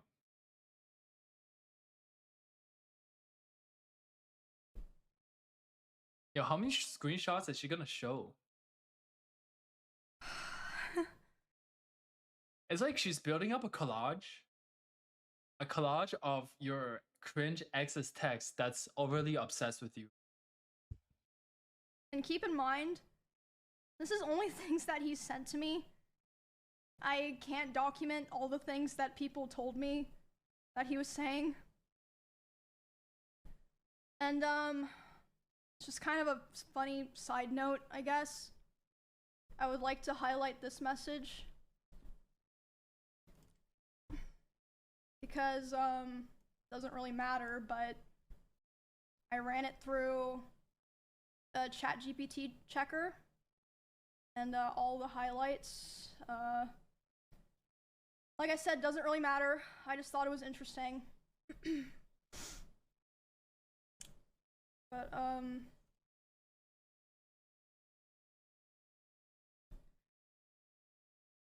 yeah. Imagine you have to chat GPT. I mean, bro. I mean, I see it now. You saw, remember the text that I was reading in the very beginning? The one that was pissing me off because of how bad the grammar was? Hey, the latest one are not bad. I can see I can see what might have helped. Like I said at first, the messages were just simple things. Like, him saying he was worried about things or saying no one was talking to him, which I don't think was even true at the time. I think he was just saying that to try to guilt me into responding to him. I'm not sure about that, of course. This also extended to in-person interactions because initially I made the mistake of thinking that I only had to cut him off through private communication and, you know, we would be fine going to the same events and parties and such. Right, just be cordial. I also had to start... Hold on, I'm still fucking sick.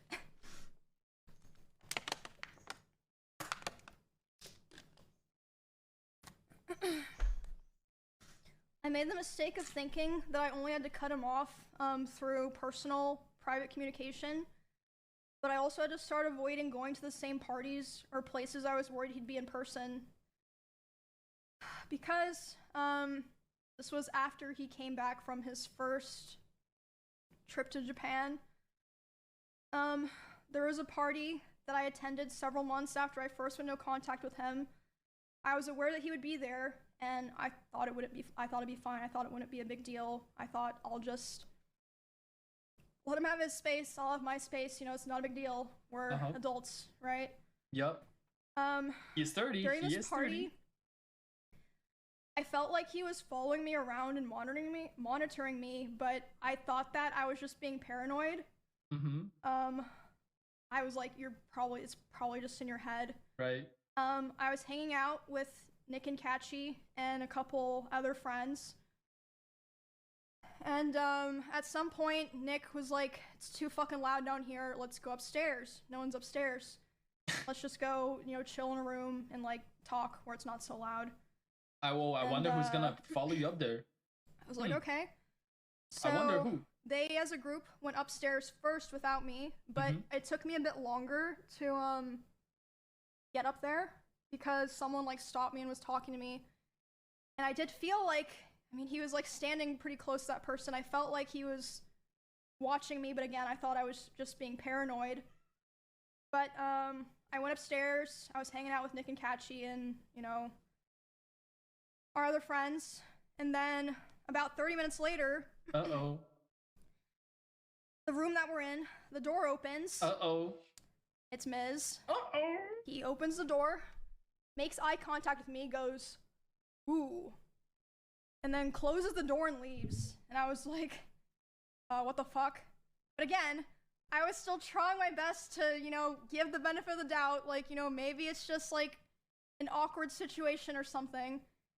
But a couple months later, the person that he was hanging out with that night reached out to me privately and was apologizing. And I was like, why? And they're like, I just felt like I had to apologize to you because I felt so bad and so embarrassed of what was going on. Like, yes, he wanted to see what you were doing. He was saying, like, I want to go see what's upstairs, and he was checking every room. And then after he opened the room that you were in with Nick, he closed the door and started laughing, and then he just wanted to talk about, how you guys broke up for the next, like, however many hours of the night. So I was like, wow, okay, that's good to know, I guess. The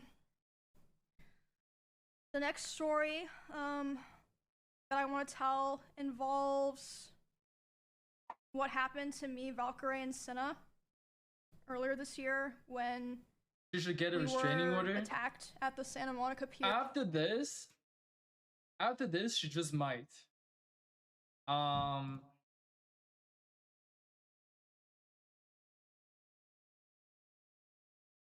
Let's see if she's finished with the story. Because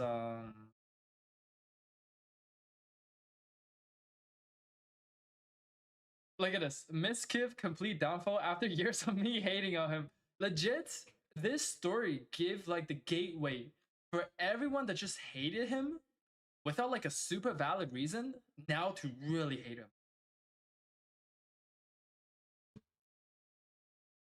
Here, because that was obviously, hold on, let me close all these fucking texts. I don't want to look at them. They're still on my desktop.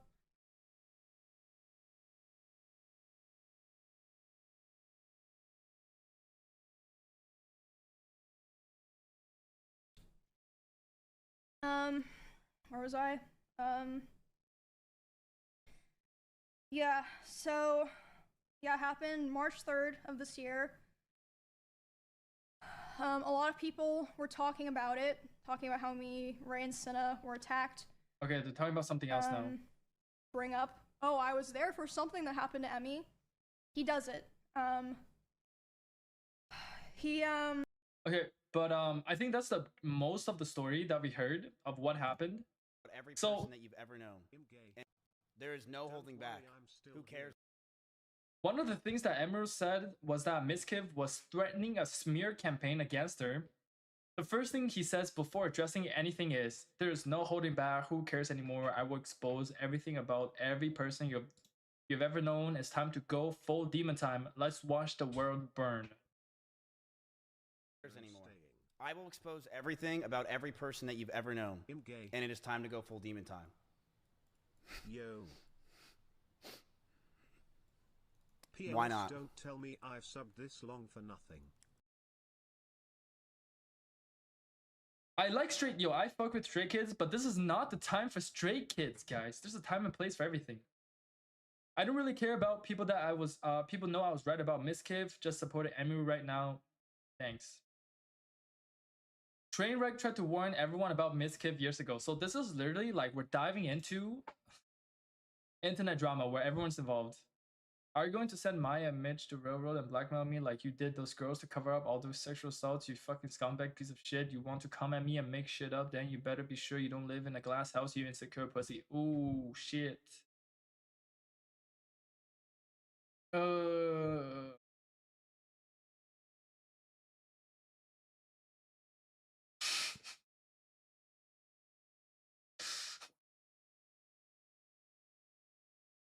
Fuck, bro.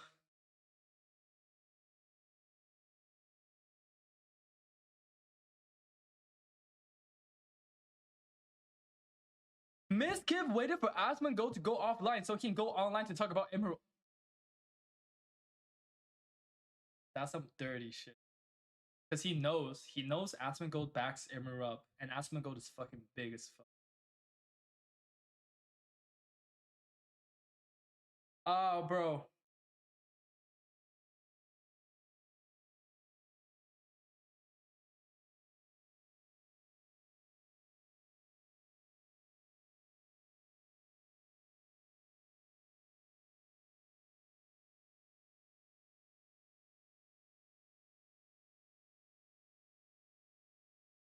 Yeah, that's the gist of internet drama, guys. But this one was just more serious. This one was just more serious than the other ones. And this one, I just like I actually like this creator. I actually like Emiru. And she normally don't really talk about stuff like this. Like, I don't really watch her like that, but I just know of her and I respect her. But wow. Yo, that was interesting. Yeah, bro. It's like this is just what happens in the content creator world, the streamer world.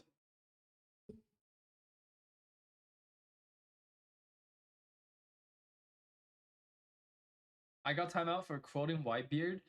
I'm gonna have to like tone down my moderation bot a little bit because my moderating bot has been like deleting messages for like caps and shit.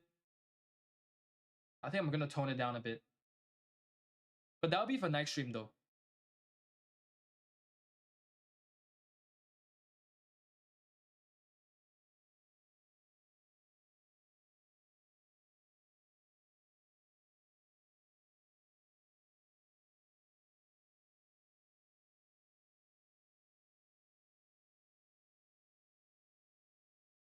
All right.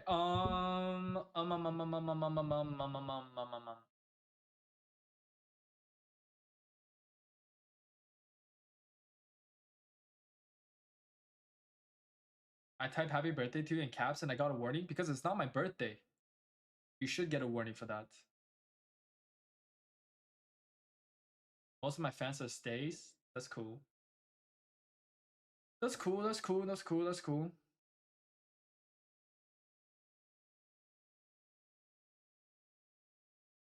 Yeah. Okay. I think I'm gonna end my stream here. I streamed longer than I thought today. I did not expect to stream for like 3.5 hours, but it was fun. It was fun, interesting to watch, to learn about the drama behind the things. And now a lot of people don't like Mizkif, including me, because as you guys saw, I'm gonna try to stream more often, and I'm gonna like add in some cute emotes for you guys to use if possible. But just sometimes I don't know like what I should stream. Like, what do you guys think I should stream? Like for the next one, like any ideas? Sometimes I just come on and I just talk about whatever like we talk about.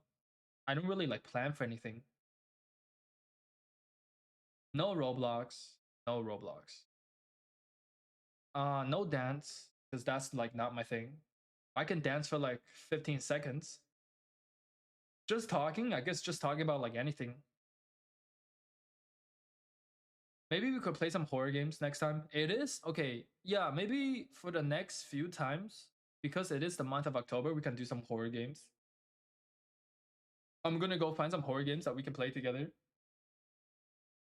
Watch your old videos. We could do some of that.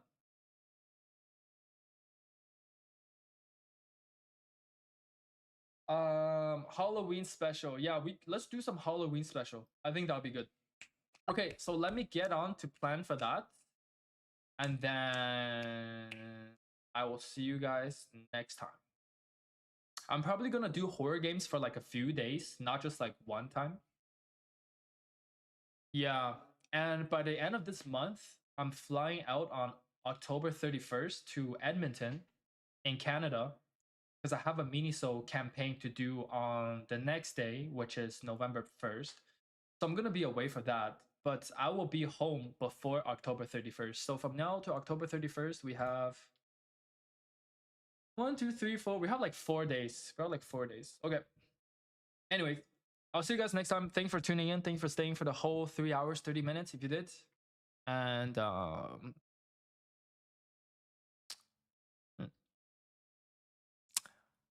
see you guys next time. Okay. All right. Goodbye. Goodbye. I'm ending the stream.